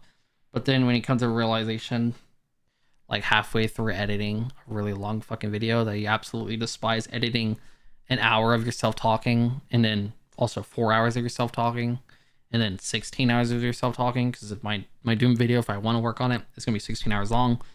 All 4 days have different stream qualities. I will probably end up scrapping that because I only talked about that once. I'll probably end up scrapping that Doom video because I don't think I did a great job. I wasn't really in it when I recorded it. I'm sure I had good bits, but the quality halfway through the series, my bitrate refreshed, so I had a whole stream where the bitrate was really low and the quality was bad. Later on, like I was in the process of figuring out my recording settings, so my stream also had like the very first day or two, I had no I had only one track of audio where all the audio was, and then the second or third day, including the fourth, which is the last, I ended up having multiple tracks of audio. But it'd be kind of difficult to, obviously I would just have to tell my editors, if I do get an editor to do it, or if I do it myself, to just get rid of the extra tracks and just work on the one track. And in the future, I'll have multiple tracks because I don't really want to have it like, I don't know, have it like chopped up awkwardly where it's like, oh, the first recording, you're only working on one track, and the next 3 recordings, you can work on 3 different things. Like, I'd rather just like all in or all out. So, like, tell them to make sure they delete the extra tracks. The tracks are basically, one of them is the gameplay and all that. One of them is me talking, and I think the other one is like stream audio, like stream, like Discord notification sounds, or Twitch notification sounds, I should say. Twitch music for the intro and outro of my video, that sort of thing. Yeah, definitely. Definitely not fun editing yourself. I've always known it's not fun editing myself, but I didn't know how, like, I didn't quantifiably know how bad it would be. Because I said on my debut, I already stated on my debut, during that debut, I was like, I don't really enjoy editing myself. Because I don't. I think most people who enjoy editing themselves more than they enjoy editing others are kind of interesting. Definitely interesting. I don't know how you could prefer that. I guess they're more comfortable with it. Maybe they like their voice or whatever. But yeah, for me, it's like it's less fulfilling that way. But when you are actively going through those hours on one video, editing yourself talk, and you're just like, dude, I wish I was less ranty. I wish I talked more clearly. I wish I stopped stuttering. I wish I stopped taking breaks between sentences as much. I wish I would think more clearly. It's like, oh my god, dude. Like, I want to strangle this person, but this person is me from the past, and I'm not going to strangle myself now because I'm current me and I'm more perfect. I'm cooler than that person. I'm editor Raizawa. I couldn't be lame as live stream Raizawa, and then the next day, next time I stream, I'm lame again. I would strangle you on your first stream, like, well, then talk. And you're over here like, and then screaming and shit. Like, what is this, a Konosuba episode? Are you fucking Aqua over here? Anyone would strike. Honestly, like all the Konosuba cast, they all deserve to be strangled. I'm not gonna lie, dude. Watching that season 3 was crazy. That was pretty fun though. But like, man, I wanted to strangle Kazuma so bad. I'm like, bro, what is wrong with you? He's crazy. He's the only like perverted character I can tolerate in all of anime media. I cannot stand that freaking trope. It's so stupid. Oh, the trope is that they're a fucking pedophile. Like, whoa, yay, wow, that's so cool. Yeah, thanks 2005 Japan. Fucking Azumanga Daioh had a character like that. I'm like, what the fuck? I loved Azumanga Daioh, but that was like the one thing I would have changed. I would just kind of rid of that guy or changed him entirely. He's just fucking bizarre, dude. But Kazuma is aight. Yeah, at least, I mean, I guess there's like the main character for Mushoku Tensei gets better. He has character improvement, so that's something he has over most fucking pervert characters. I just do not find pervertism funny, entertaining, cool. It's an okay like con to have as a character, assuming you are going to work out that con, but if they're always like just a fucking creep, like whatever that grape idiot from My Hero Academia is, yeah, it's not relatable at all. Like, I cannot relate to that because I've never fetishized people. I never had I never even had sexual thoughts about anyone in high school until like not even thoughts, I should say. I never even saw anyone in like a sexual way until like the very last like year when I saw some girl and I was like, wait a minute, I could have that emotion. It's like, I saw someone in the hallway as I was talking to my best friend at the time, and I'd look in my peripheral, I would see someone that was like attracted to me for once. I'm like, what? I can be attracted to someone? And I'm like in fucking last grade. I was in 12th grade and I was like, whoa, there's someone that looks mildly attractive. And then I just moved on about my day because they crossed the corner and I was mid-conversation. But I just had that realization. I remember it so vividly. It's just like, what? I'm not asexual? Yeah, it was, yeah, I definitely did not realize the difference between asexual and aromantic. Because I was very much not, I mean, I was, I guess, arguably asexual throughout like almost my entire teenhood. It's like my puberty was delayed or something. I don't know. Yeah, I don't get it. I don't. It bothers me so much when people like, because my uncle is a average uncle. It's like, oh, look at that girl, and I'm like, oh my god, don't say that out loud. Jesus fucking Christ, I don't know. I find it really weird when people sexualize. I find it weird when people sexualize people who want to be sexualized, let alone people who don't want to be sexualized. Like, what? Excuse me? I don't know, man. People are built different. Just one of those things I have to accept that will always pretty much be unfathomable to me. And even if I like think someone's attractive, I would never think to say it out loud. Like, what? Especially to that person. There's people who go to the extent of like sending like images of themselves or catcalling and whatnot. I'm just like, dude, there's something wrong with you, man. I could not, dude. The only way I can do it is in like a joking way to like another guy friend. Like, friend or acquaintance, someone that I'm like comfortable with, where we're just joking about it. Yeah, exactly. Yeah, exactly. Yeah, that makes, yeah, that's pretty much, there's like a distinction in that, right? It's a better way to put it. There's a difference between finding someone attractive and sexualizing them. Oh, is it like a Joe Cat conversation? That was crazy. Joe Cat got so much drama, which is crazy because I've known this guy for fucking like since 2018. I've known of him, and I think I was in a video call with him, a voice call with him once or twice, maybe, maybe not. I don't remember, but he was in like that kind of area. Joe Cat was got into Twitter drama twice in like a span of like 1 year apart over him just liking girls. It was so weird. He's like, I like girls of this side and that side. And then the Twitter was like, what the fuck? You're not supposed to. Why are you fetishizing women? And I'm like, well, guys, do you want, like, what? It's literally the most wholesome fucking animation. It's just like empowerment shit. And they're like, this is woke. This is bad. I'm like, Twitter isn't real. Yeah, I didn't know either of them were capable of that. And that's funny. Yeah, you just see like I'm silent. You're like, you value women? I thought you're always misogynist. No, I'm joking. Yeah, it's interesting.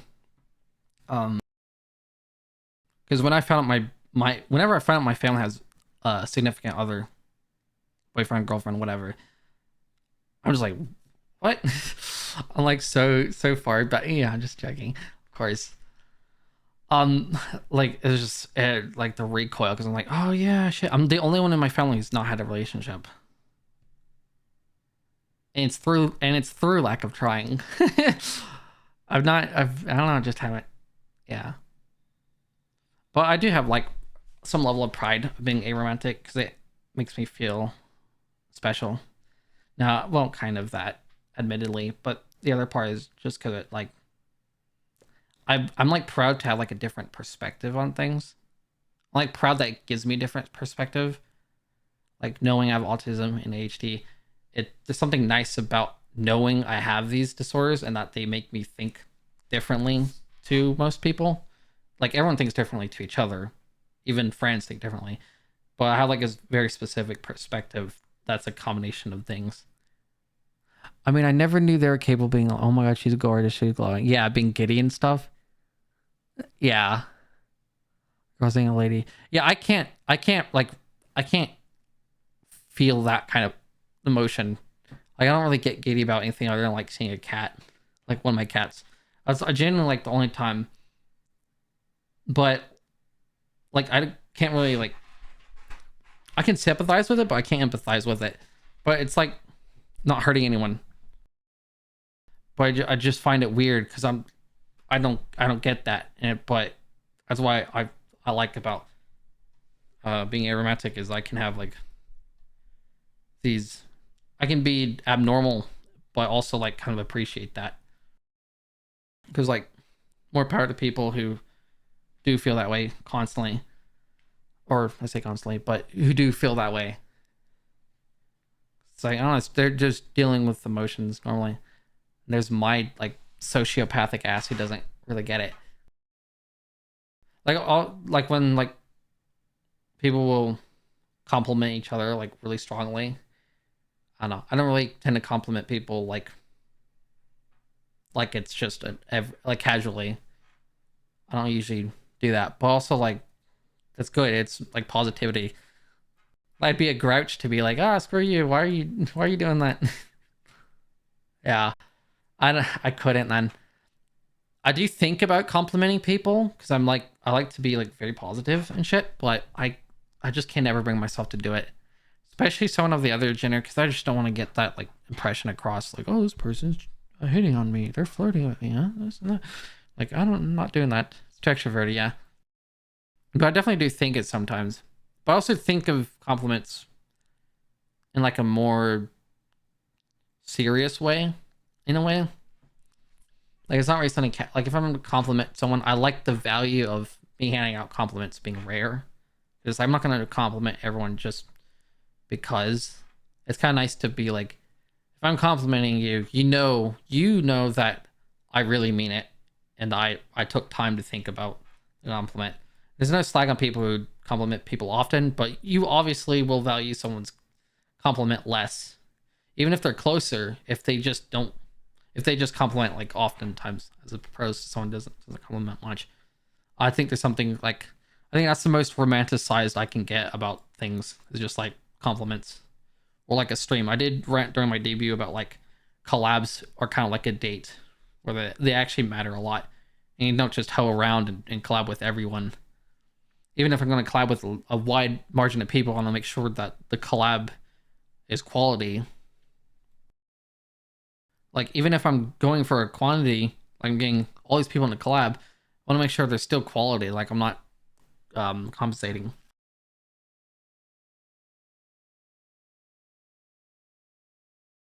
But yeah, I do feel like a collab is kind of like a date, not in a romantic way, obviously, but it should be like, it's a first impression generally. Even if it's not first impression between you and the other person, it's a first impression for the stream to know your dynamic and how you guys bounce off of each other. Very important. But that's really mostly like a streamer, like a YouTube watching brain rot perspective. Someone who's watched like a lot of content and really not romanticizes, but like, or not even fantasizes, but just like puts that idea of a collaboration on pedestal, because they're my favorite type of content on YouTube. And watching content for so long, it's, to me, it's an art. A collaboration is an art. Video is an art. As like contentious as that sounds, to me, it genuinely is what I believe. And I kind of believe the same way about handing out compliments. But yeah, date doesn't always mean romance. But I don't know why there's like such a, I mean, I know why, but there's definitely like a pretense of it being romantic. So I feel like I always have to say not romantic. Like, you have to, unfortunately, you have to disclaimer a lot of stuff, even if the people in chat understand. Or, might be someone who watches the VOD later on, or someone watches like video if you upload video on it or something. You have to be, unfortunately, super clarifying about things, which is something I have to be like omnipresent about. I have to think about that stuff. It's more of a modern interpretation to see it as romantic. Yeah, exactly. Okay, asked Moon cause when she said she's like going dates with her brother. Yeah, oh my fucking god, that's crazy. That's fucking wild. Yeah, that's what I mean. Like, dude, even if everyone in the chat understood the assignment, like someone would clip it and it would go on fucking live stream fails or something, and people would just fucking take it the wrong way. Just gotta always point that out. But yeah, I'd love to definitely hang out with friends though. But it's like saying I'm gonna go on a date with like fucking AP, or I'm like, you're gay. I'm like, no, I'm just going on a date with my. I mean, I'm just meeting up with my. I mean, I'm just hooking. I mean, I'm just. I'm just hanging out. God. Still crazy. I still can't believe I've been twice to two times I've been very close to meeting out with a meeting up. Saying meeting up also sounds wrong, even though it isn't. Meeting with, hanging out with one of my friends, Favoki, my bestie. Yeah, I just call hanging out off stream collabs. I was gonna off stream with my homie. Oh yeah, 2 hours. There we go. That feels like a proper stream. I don't mind chatting for however long. I don't mind if I end the stream now. I got my quota. I've arrested my 2 people for the month. One of them I arrested for shoplifting. The other one I arrested because they didn't have a light on the back of their bike, reflector. Going for petty crimes. I hit my quota somehow. The Teary emotes. Man, I'm so proud of Teary. I wish I could show up to her streams more. She's also gone a long way. Although it's kind of hard to tell because she's always been like, even back when I first found out about her, she's always been like pretty conversational. She's definitely gotten better. Especially her art is just like, She went on like an art camp. She went fucking rogue, and she comes back. She's like, "I've learned the ways." Like, okay, Tyrion Slay Queen. Yeah, I would if I could figure out exactly everything to set up that keep talking Nova Explode stream, which is also like a fucking nightmare first collab stream to set up. It's already a nightmare if you've already done several collabs and you know how to set up the streams and streams of that nature. Because I already have a general idea of how it's gonna go in my head, but I know how it goes in my head is not gonna be how it turns out in the end.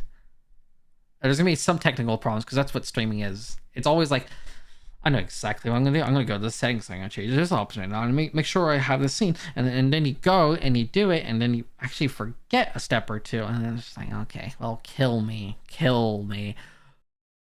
So that's why I'm procrastinating on that because I'm dreading having to do that, and I also have to edit this video. But yeah, I'm definitely gonna get this video done very soon because I'm gonna keep it pretty chill on the editing. I have all the cuts out. Cutting took I don't know, fucking 12 hours across several days or something. Like 3 different days. And like I don't want to touch the damn thing, but I don't want to listen to myself talk. But I do it then. Yeah, assuming nothing goes right. If something can go wrong, it probably will go wrong.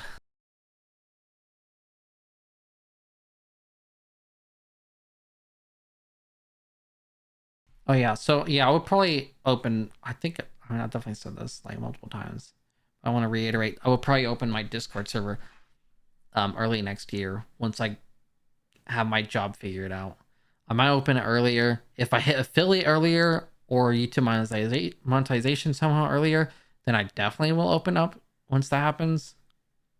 But if not, I might just wait off till January because January is a nice slow month where people are figuring things out again. YouTube like people are uploading less in January. All this like stuff lines up. Things get really busy during the holidays, of course. Announcing my Discord server on fucking Christmas is not going to do anything good. And now I'm going to be spending my Christmas trying to fucking make sure people joining aren't bots or whatever. And it's like, oh, that's a nightmare. Dude, I can't believe I lived most of my life not thinking I had autism, but not knowing it. And then my mom was like, oh, yeah, by the way, you were actually diagnosed with autism, like general autism. And I'm like, oh, thanks. I wish you told me this when you told me I had ADHD, because those were diagnosed around the same time. But she was like, no, she worded it as like, oh, they think you have Asperger's. And I'm like, okay, so they think you have autism, Asperger's specifically. Not like, oh yeah, you have autism. They think you have Asperger's specifically. I'm like, okay, thank you, you fucking asshole. Now I'm 24. I'm 20 years older, and now I found out. I always knew it, but it fucking sucks. I'm like, yeah, but I don't want to be like I'm autistic and not know, and then people call me out or whatever, and I'm like, well, I guess I'm not actually, and then now I can say, yeah, actually, I am. You were told as well that they're just like out of the blue.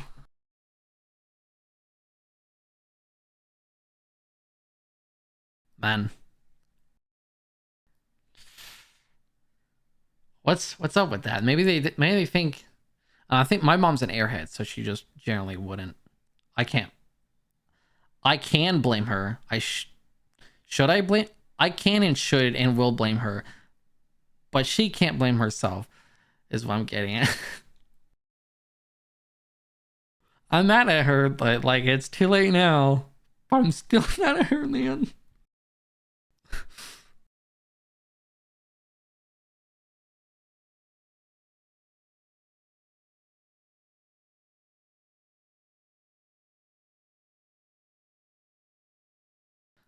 Yeah, I went in about something else, and the last half of it was like, oh yeah, well, by the way, yeah, okay. It's like going in for like I don't know, like going in to check like I don't know your sinuses, and like by the way, you have an infection. It's like, oh really? So that's why I'm dizzy. Or not that. I guess that's not even a good example. Maybe they check. They check something entirely unrelated, and then they're like, oh yeah, by the way, you have like fucking rhinitis or whatever. You have ligma, and you're like, what's ligma? How does you were checking my heart rate? How do you know I have ligma? I don't know, something like that. Like, I'm trying to make up stuff on the spot, but I'm not funny. I was gonna say like something, and then you have cancer, but I was like, I don't really want to drop a c word. I don't want to just say like, oh yeah, by the way, you have cancer. But it's kind of like that kind of bomb. Or like, yeah, we were checking your lungs, and by the way, you have brain cancer. I'm like, how you didn't even scan that part of my body. And like, I don't know, we just found brain cancer, but you're checking my lungs. How does my lungs tell you I have brain cancer? I don't know. You just do. I cannot wait. I cannot wait to stream like properly without having. I cannot wait to have a stream and be like, and not think, oh, I have to edit this later. Shit. Going through the stream, having fun, and then you have like a slow part of the stream where not much happening, and then you just think, oh, I have to edit this thing later. Right. I have cancer.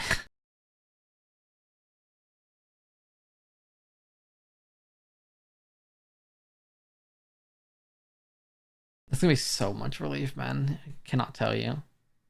I like the cutting part of videos like as like a in small doses, but man, dude, a whole 4 hour stream to edit down, and so much ranting, especially that debut, because that debut is just all talking. At least with the Doom 16-hour stream, 16 hours of streams, not all of it is talking, and a lot of it's like I know I can just dispose of it because it's like just nonsense, like me reacting to a demon falling off a bridge or something. That game was goofy though. There were probably actually good clippable parts, but I didn't feel like I was on my A game throughout a good part of that process, that series.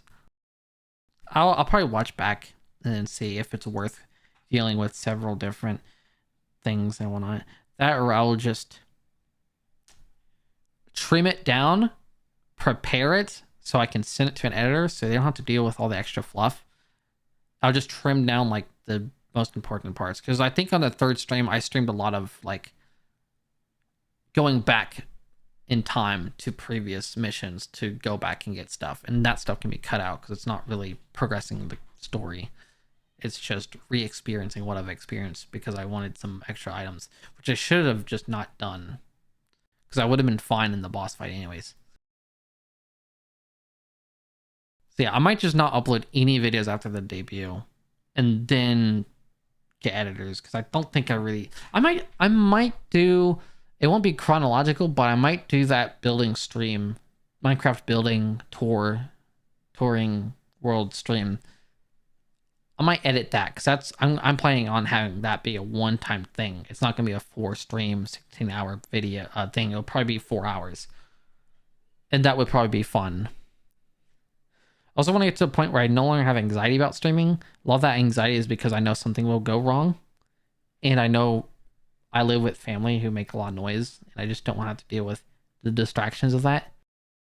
But until then, I want to take some of my medicine because I have a higher dose of it for my ADHD, and see how that affects me. And if it shouldn't be too strong, because the one I had, the dose stage below it was nowhere near enough. Like I barely tell I took the medicine, other than being like less likely to procrastinate. I was more productive when on it, but I also believe I had more difficulty sleeping.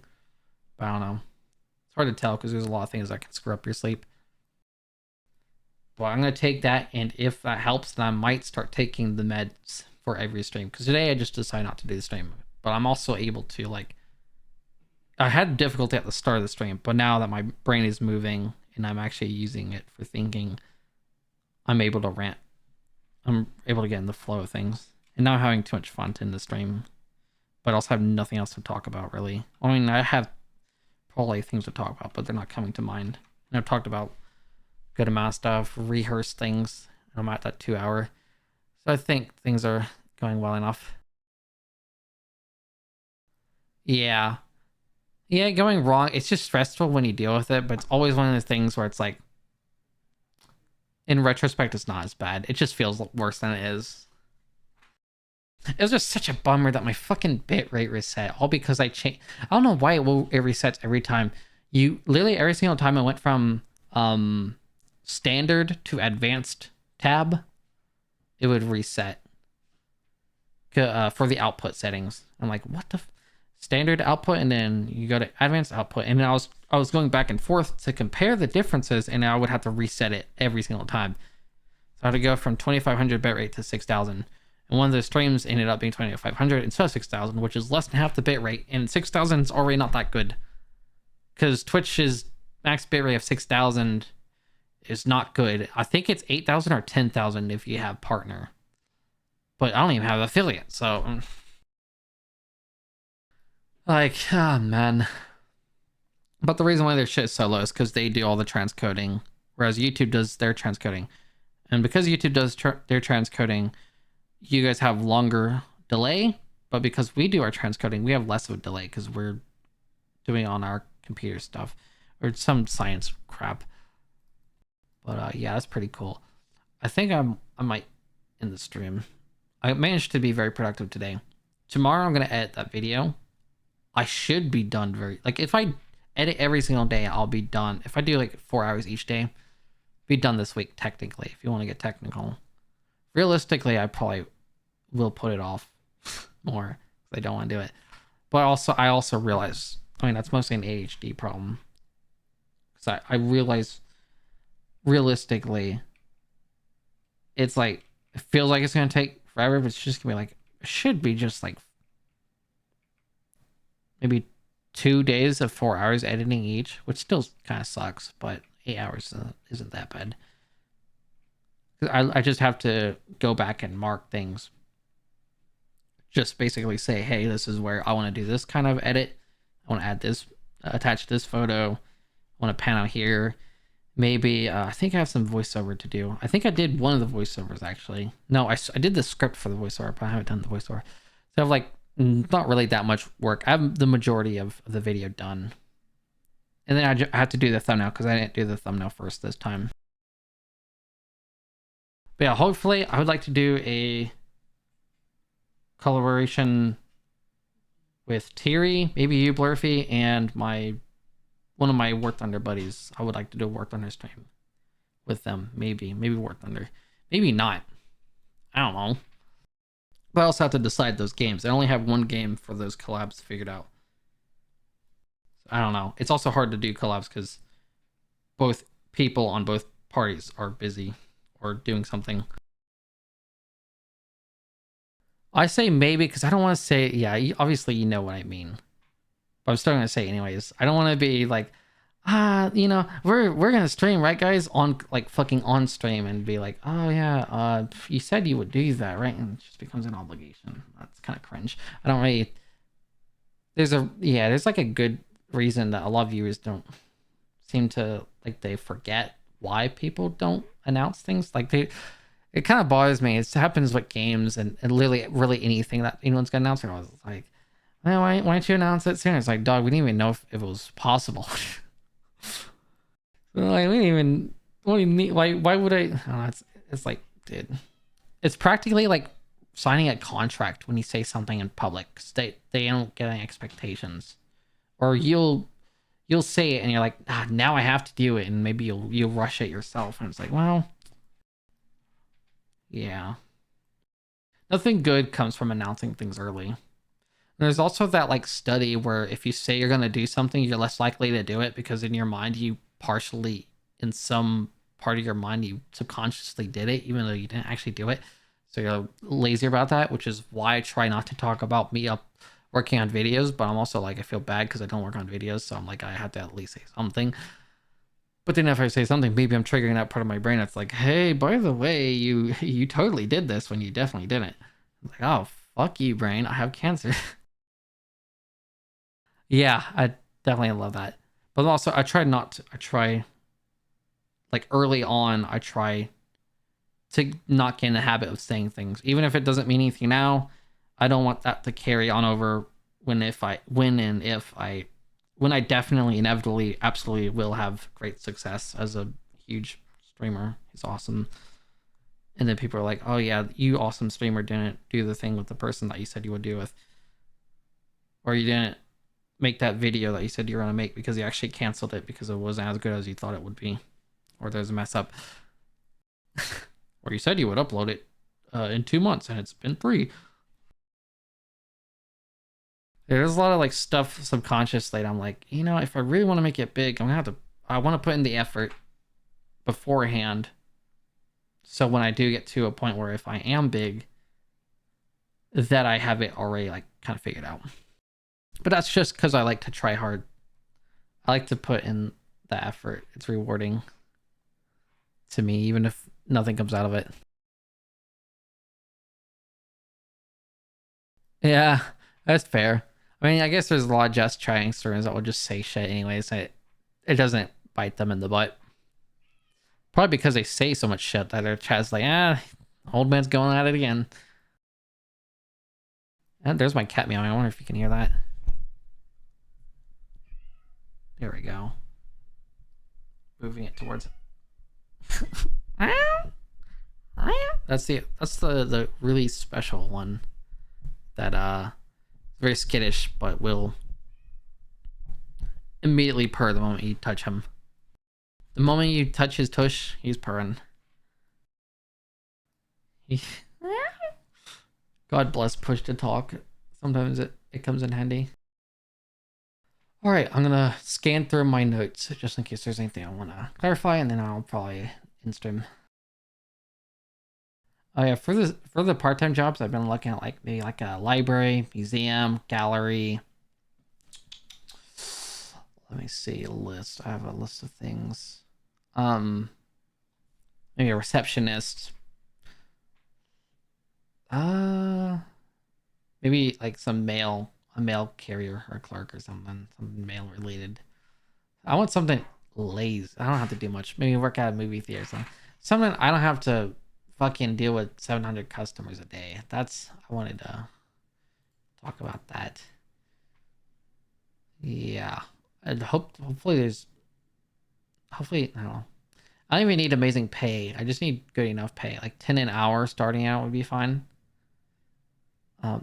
That would be pleasant. I just want to have a part-time job that's like lazy. Well, maybe not lazy, but like easy. Not very tiring. Not emotionally draining. And then I can just hit the gym afterwards. Get a good session in and then come home and do what I catch up on whatever I have to catch up on and then stream and then call it a day. Like unwind it and call it a day. Or even if I don't stream that day, I'll probably do streams on weekends, if not, if I don't do it on weekdays. But still. It'd be nice to have a proper schedule instead of playing video games for several hours again and again and again and again and again and again. That'd be so cool. I do want to make, I think, okay, so after this debut video that I will upload on my live channel, I will probably try to get this. I interviewed my friends. I asked my friends about their favorite VTuber interview. Record that one, put it out, and then I'll probably work on another VTuber recommendation kind of video. And then I'll probably put out my friend's favorite anime. Or I'll record my friend's favorite VTuber and my friend's favorite anime as well. Like I'll record all those in the same sort of month. So I can get 2 in 1. Maybe I'll record those and then I'll work on a quick VTuber recommendation video. Then I'll go back and finish those videos. Or I'll record those, finish one video, do the recommendation, and then finish the other interview. And eventually I want to do that editor. I asked editors about their job or whatever, video editors. Because I've gotten some really cool editors to agree. Some editors I know from watching them edit content creators I used to or do watch currently. A couple of them were experienced in editing for VTubers as well. But I got a few guesses, and I asked this stuff back in like March, like February, very early on in the year. I was like, hey, maybe sometime this summer, and I'm like, now it's summer, and like I can go back to them and talk about it. But it's really cool to have mail carrier fucking Sean take it from me, a person with zero work experience. You need to get a job. Yeah, now it's gotten real. For me, I typically, oh yeah, I read that. Yeah, I just carry men around. I just carried passed out guys who had a fucking dehydration, passed out from, I don't know, getting drunk or something. Mail carrier. Yeah, jobs are in right now, I've heard. Yeah, I could not be a bartender though. I couldn't live for that, man. At least the bars in America, I feel like, are fucking obnoxious.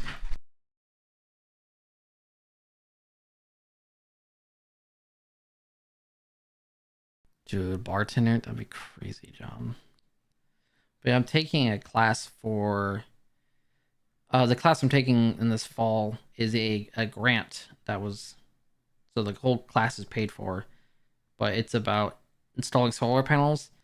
Come to the realization I don't really want to install solar panels in the heat here because of the heat, and I also don't want to work full time yet. And there's only really full time positions for that job, but I'm still doing it because I want to learn stuff about like electrical stuff, and maybe it'll give me some bonuses. But yeah, the pay is great, but also I'm not working 25 an hour or even 40 an hour under those conditions. I fucking hate the temperature here. It's awful. It's miserable. It's like fucking, it is a workplace violation just to live outside.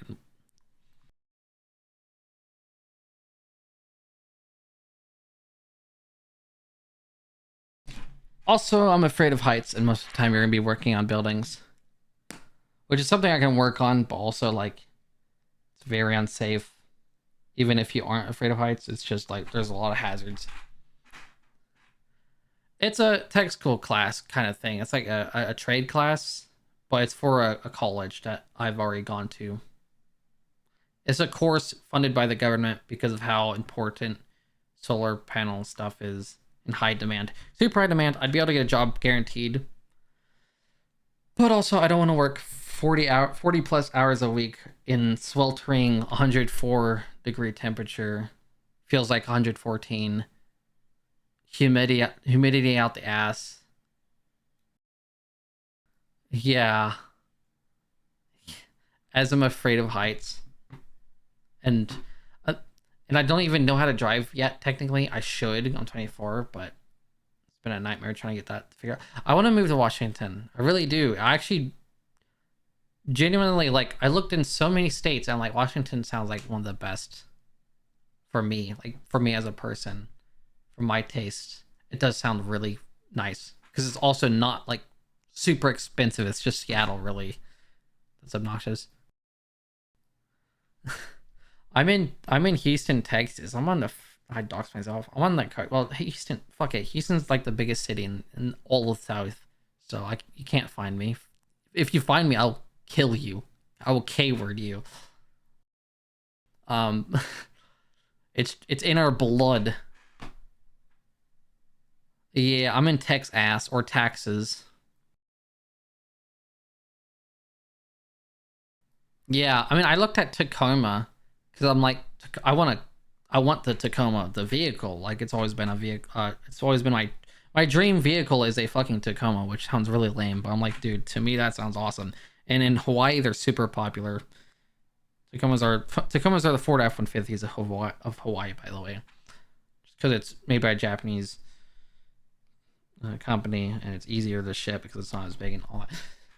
And I'm like, if I have a Tacoma and I live in Tacoma and the rent in Tacoma is not actually that bad, it'd be kind of funny. And I'll legally rechange my name to Tacoma. Tacoma, riding a Tacoma in Tacoma. I'm gonna be Tacoma VT. I'm in Texas. I love Texas, but I also hate the temperature, and the people are like very mixed bag. The people are usually awesome, but then there's a lot of people who are just fucking straight up like druggies and shit. And it's like, well, every country, every city has those, but also like, dude, the people here cannot drive for shit. Like I don't know how to drive, but I will probably learn how to drive within my first year to be a better driver than half the people there. And I'm like, what the fuck? They're so bad at driving. Like notoriously, like people are like, oh yeah, I drive it. Then when I went down to I-10 and I-45 and I drove in the downtown area, and it's like, oh shit, it's the fucking, I forgot people are, or I didn't know people could be this bad driving. I'm like, yeah, you're telling me I have to deal with that all the time just by being a passenger. Yeah, once I learn how to drive, dude, that's gonna be awesome. And a ticket to Washington is like 300, but also if I can save up, I can get a ticket to Washington, a round trip, by the way, so it's there and back, luckily, to Washington for like $300. Maybe spend like another 300 on places to stay. So I'd probably be there for like 3 or 4 days. I'd go it alone, and I'd fucking Uber around or rent a vehicle. Yeah, I have no doubts you guys know it. Well, you guys have an education system, so that's also like a bonus. Right down here in Texas, we learn how to drive from the deer. They don't got them deer be teaching our kids how to drive. What the hell? I will. I'm honestly so excited. You will if I do meet you first, and maybe because Washington is, to me, in my brain at least, in my fantasization, is the most exciting state for me to visit right now. You would literally be the first person I've met IRL through online, which would be hype. Which is also sad because Vicky and I have been literally like the first time we were going to meet up, it rained, and we were going to meet up during an air show. They're not going to fly in the rain on a storm. It's like clear the entire fucking week, and then that one day it's like, oh yeah, by the way, it's fucking shading rain everywhere. I'm like, god damn it. And then the second time I go by to his house, I'm literally like 2, 3, 4 miles away from his house. He's like, yeah, I gotta do homework. I'm like, you've been fucking gaming all day, you gotta do homework, and that's not. Yeah, but you're actually close. Adam could probably meet up with you. He could probably make it work if he got lucky. I don't know his living state. I'm going to assume he could because it makes me happier thinking that there's a possibility. He he might have been able. There's a universe where that should happen first. That's tragic though. You guys known each other for like what, 8, 10 years, something like that. I don't even remember. Was it 8 years? I'm bad with time and names. I'm nine. Okay, well, nah, he can make it work on nine $9 in a dream. Are my 7? Nice. What do I think? I guess 8's better than 10. I don't know. I'd drive through. I probably wouldn't drive because that's a 3-day drive there and back. So no, I would fly there, but I'd be like,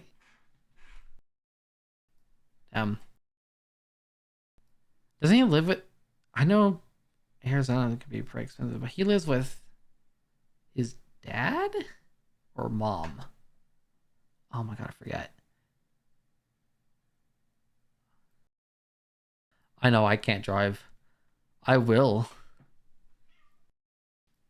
And they're both working, right?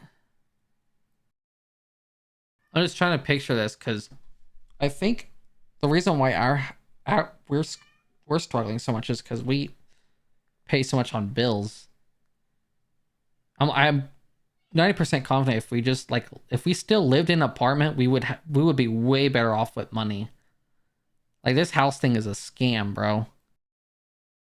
Okay, well, can't work. Yeah, like for some reason it's like triple the fucking price to live in a house as opposed to an apartment for like the same size. Because my friend in Arizona lives in an apartment and he was unemployed for a while and he was getting by just fine. And like he said he was just working at a painting company. It's not like he was making huge money. I think he was getting like 17 an hour or something like that.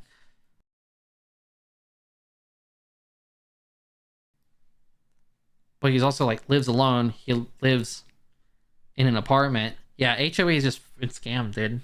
Absolutely. So that puts a lot more perspective of why he has $9 in the bank, because he's getting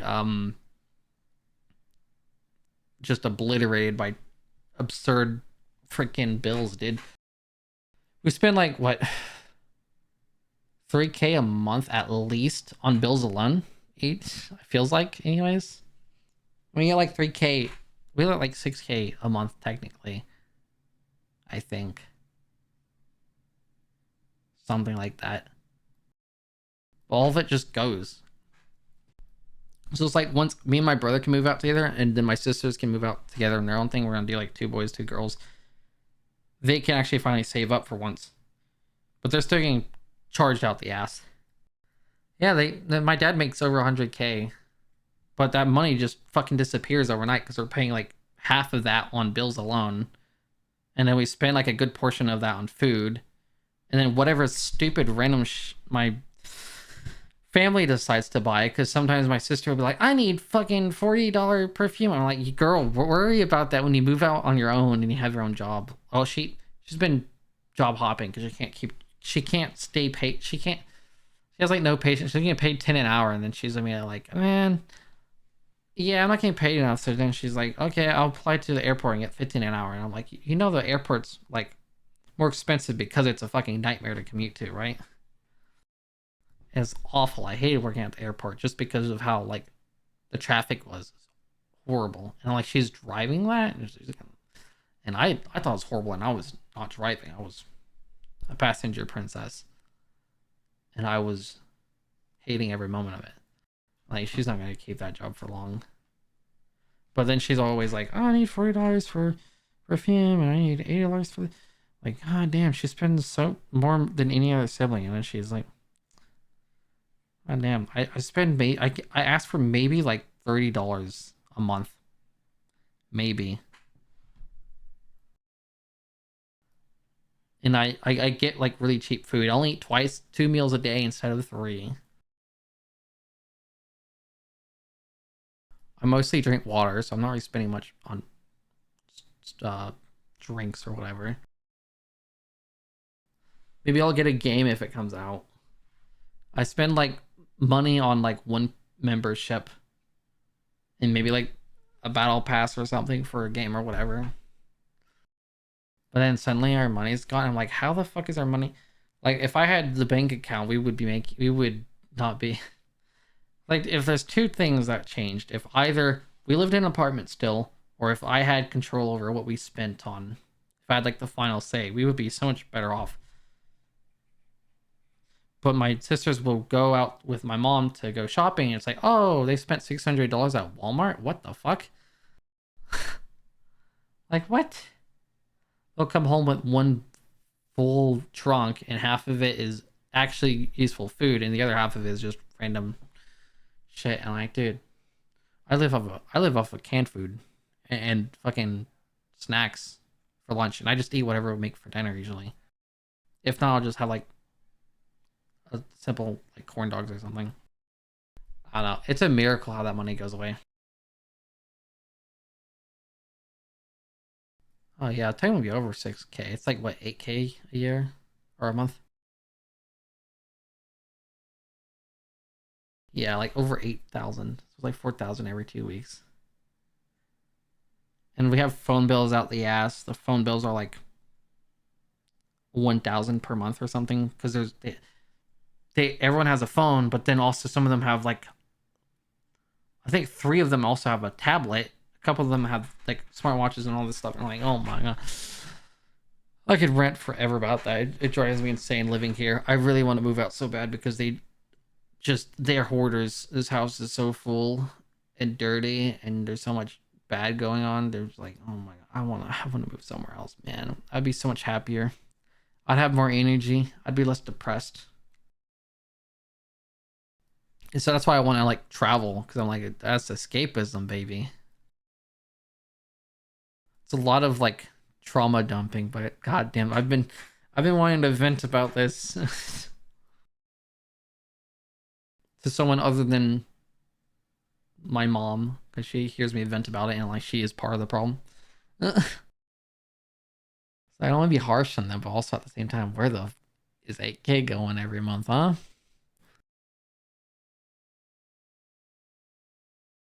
Jumping off a cliff.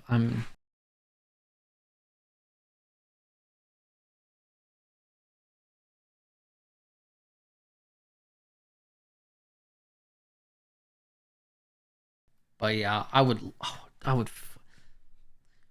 probably won't travel until I feel like confident in myself because I want to get more fit at least to where I'm not like, I mean, I don't feel as unhealthy as I make it out to be. Like it's not that bad, but like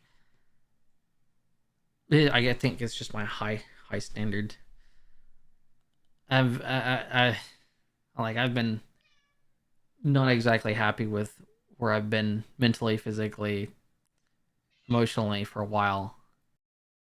So like I want to get to a point where I'm like able to do stuff for like extended periods of time without being like, oh shit, I'm exhausted. No, I'm actually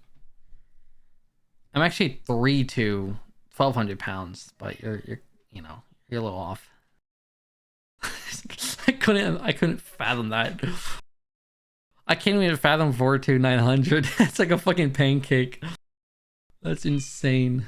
My cat is meowing. I might freaking teach him how to drive and let him figure out Houston traffic. I probably won't even upload this.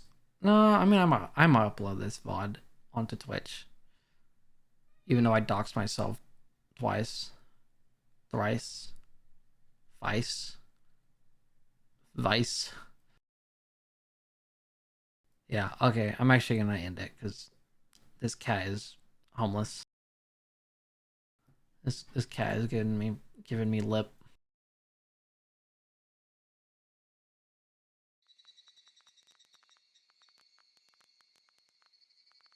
Let's freaking go. 3 hour stream almost. I managed to rant enough to where it felt like a normal stream and not a freaking episode of Danganronpa. Like, it's not 30 minutes. I made it to 240. Let's fucking go. He fucking did it. And it feels good to stream finally. Especially like being able to say all that. Because I had been thinking about this stuff for a while.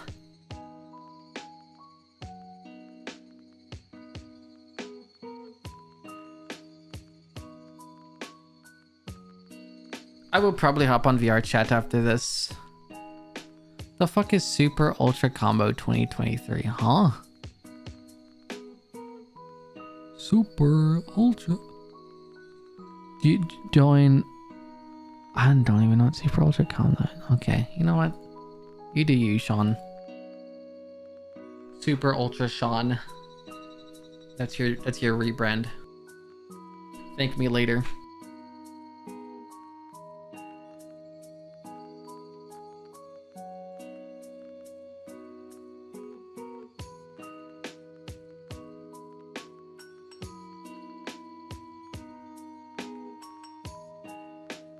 Alright, goodbye. I need to figure out why my freaking Twitch chat doesn't show up on the OBS or just off myself.